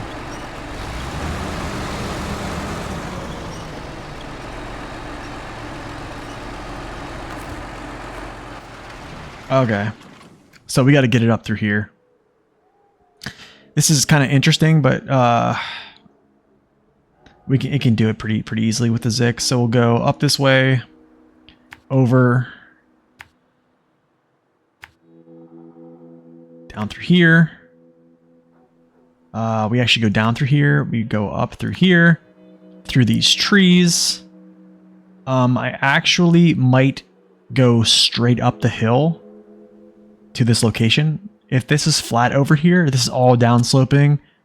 Because we have a Paystar with a fuel tanker, he's going to be super tippy. So it might be just a better deal just to go straight up the hill. So that's essentially what we're going to do. Let's do it.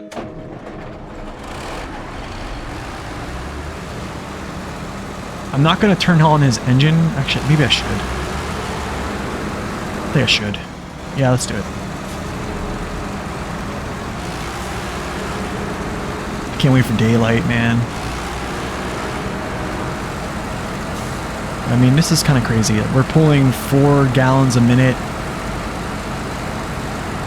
towing, running through snow, reversing a pintle hook trailer in the dark. Yeah, oh gosh.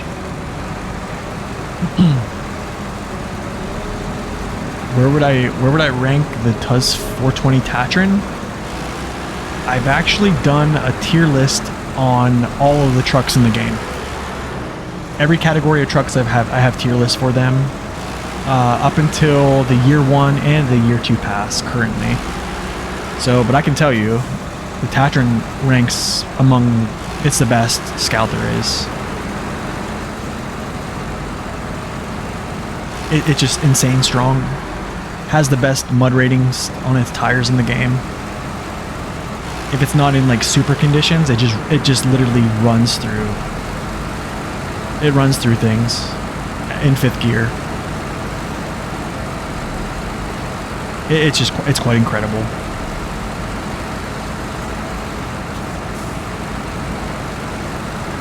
Okay, let's hope this thing doesn't tip over, because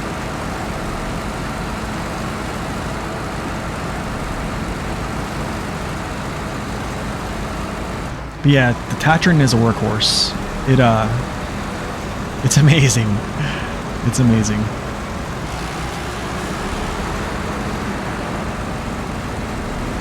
And then also you have to recognize the Tatran has the best engine in the game, period. I'm not talking about torque. Literally, you can damage, out of 300 damage capacity, you can damage it up to 99% before it even feels the effects of being damaged.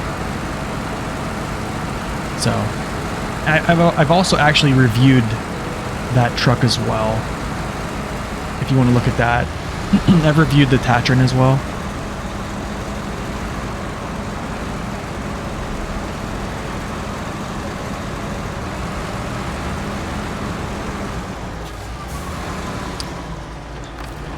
I'm gonna read this comment. Hold on, guys. Turn off engine. Hey, do you know the P12 gets locked up under heavy load? I was super disappointed the first time I tried to put a heavy crane on it. I thought the chunky boy was going to be a workhorse, but it feels like it has no torque. I wouldn't use the super heavy crane. Even though they did reduce the weight on it recently, I probably wouldn't use the super heavy crane. I would use the regular crane, the red one. For its weight, there's actually a video that I show how to increase your torque in low gears. So this is the effects of low gears. You can look that up on my YouTube. Actually, I think it's definitely on there. If you just type in on my page and go to torque, or look up the videos, it could be. Let me see if it's actually on there. I want to see what category it's in right now. Haven't checked in a while.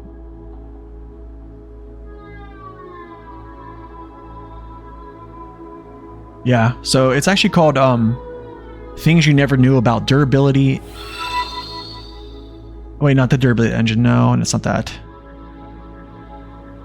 It's called Increasing Vehicle Torque in Low Gear. Yo, Crimson, welcome in. Thank you for stopping in, man.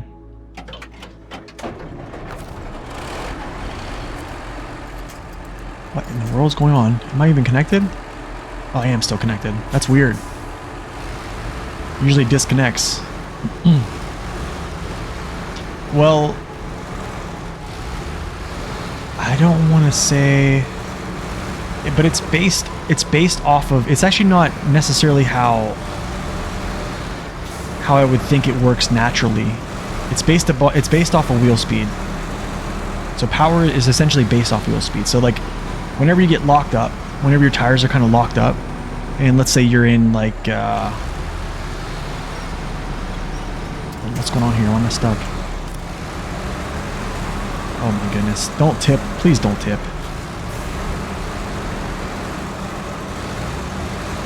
But essentially it goes by your angular velocity of your wheels. And if your angular velocity of your wheels hit the threshold, there we go. I knew it was going to happen at some point. I knew it was going to happen at some point. Let me drag him out a little bit and I'll tip him over.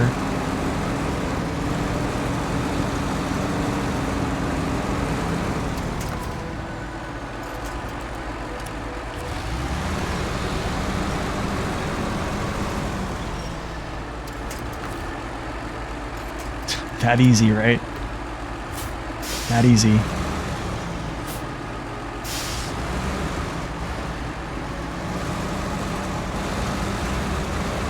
Yeah, the P12 is literally that, and the P16 are the lowest power to weight vehicles in the game. So like you're gonna have trouble. That's inevitable.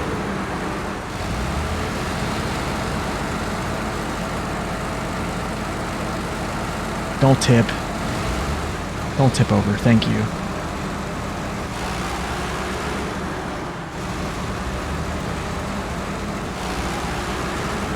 Yeah, it's just because the other vehicles just have more. They have more power to weight, honestly. So they just have more power available because they just don't weigh as much, and they have basically similar torque values. Okay. These are actually interesting contracts back here, or interesting tasks. Can I get daylight? Can I please get daylight? My goodness. No, I don't think we're gonna get daylight, y'all. This is gonna be kind of hard.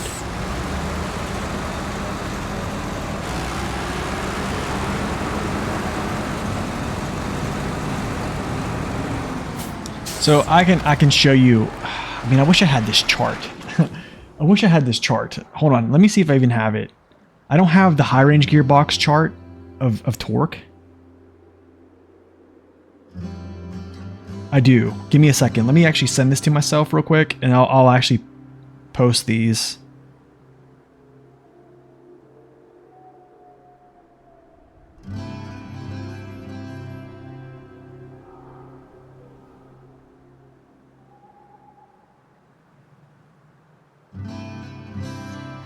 Okay. What good is daylight? Oh man, I still wish I had daylight to be able to see. All right, I'm going to show you guys this. But first, I need to actually put these in my files at some point. Give me a second, y'all.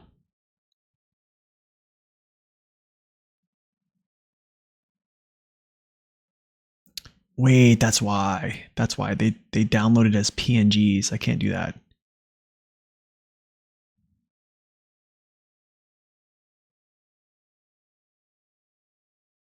Give me a second, y'all.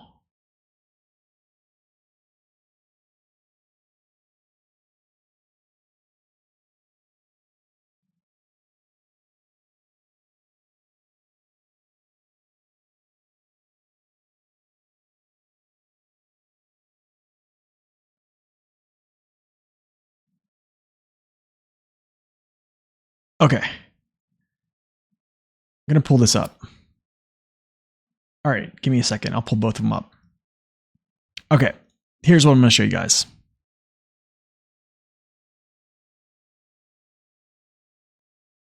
Let's see. Let me pull this up and I'll kind of give you guys a little display capture. All right, cool. So,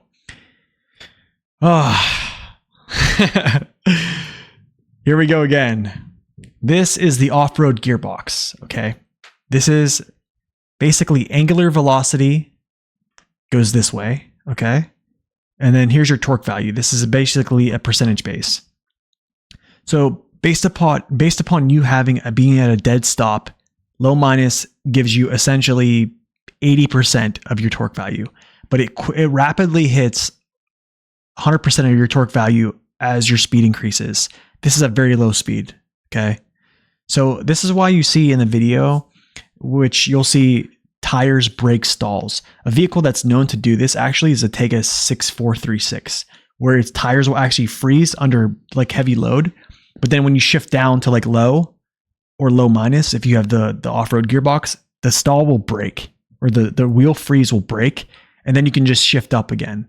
So you can like shift to low a little bit faster, still retain. Shifting up to low plus, still retain. But then here's the thing about high gear. Okay, so high gear, here's the speed of it, but you also see it gains a 25% bonus in torque. This is if you can hit this angular velocity. Now, here is the difference between both gearboxes. So you have, actually, I'm gonna pull this up.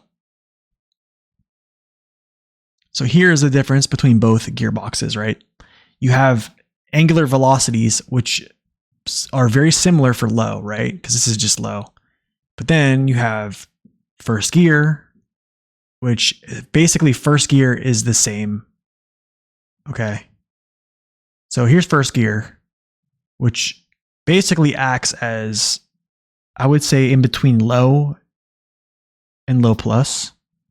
But then you see how you still gain your 25% bonus when you're in high gear. But like I said yesterday on stream, it takes you a long time to get there. So you have to essentially spool this thing up, clear up to maximum speed to get 25% of your bonus of torque. That's essentially how it works in essence. So I hope that helped you guys out. Let's try to finish this real quick.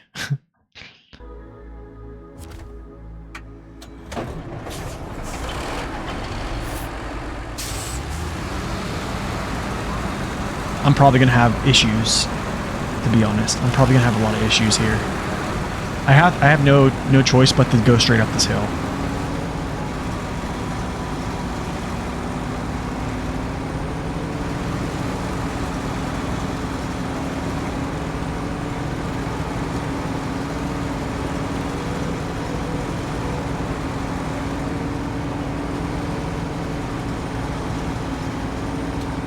I don't have the engine on. Hold on a second here. That could help.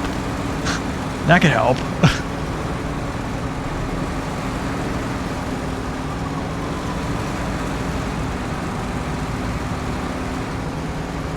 But also, like, this truck here, prior to getting these tire upgrades and tire weight, there's something about tire weight that actually, it seems like it added power. I don't know how it acts like that, but beforehand, it felt like it didn't have enough power at some points. But all of a sudden, it got this new tire update with these heavier tires, and all of a sudden, you know, it starts moving.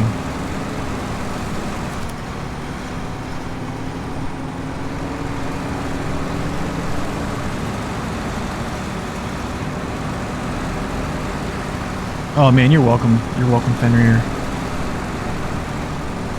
I know some of the regulars in here that know all this stuff, you know, by heart. They're probably like, oh, here he goes again. But I mean,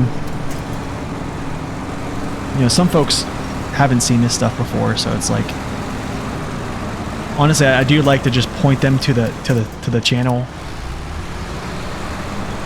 But then also they're coming in to ask a question, and like me just directing them to the channel is not really asking. There's like answering their question, but I think some of those questions were answered on the video, but I just kind of want to clear things up.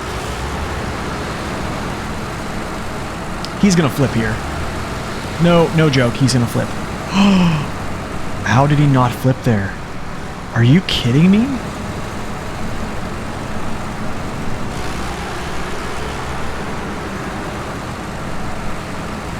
Yeah, maybe. It could be. It could be very similar.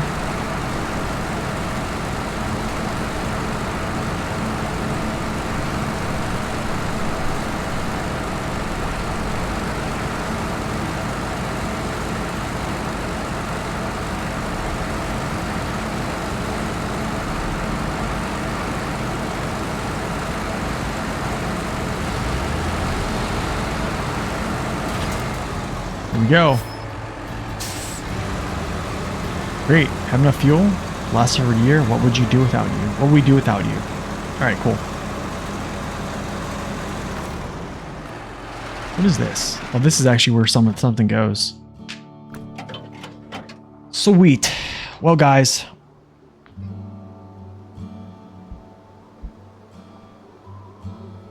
I think that's about it for me today.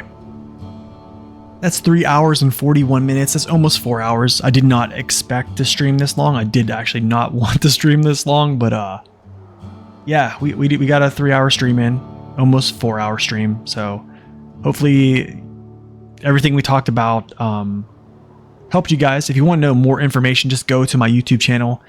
And if it's not found on one of the playlists, I'm pretty sure you can just search it. A lot of these little informational bits of what I was just talking about here in the last part, they're on, I think the playlist is called other helpful informational videos. So you can look at those. And anyways, we'll probably be back tomorrow with more SnowRunner. So until then, guys, have a wonderful Wednesday. Thank you all for stopping in. Thank you for the follows. Thank you for the subs. And yeah, it's been great. Have a blessed day. God bless. And as always, stay upright.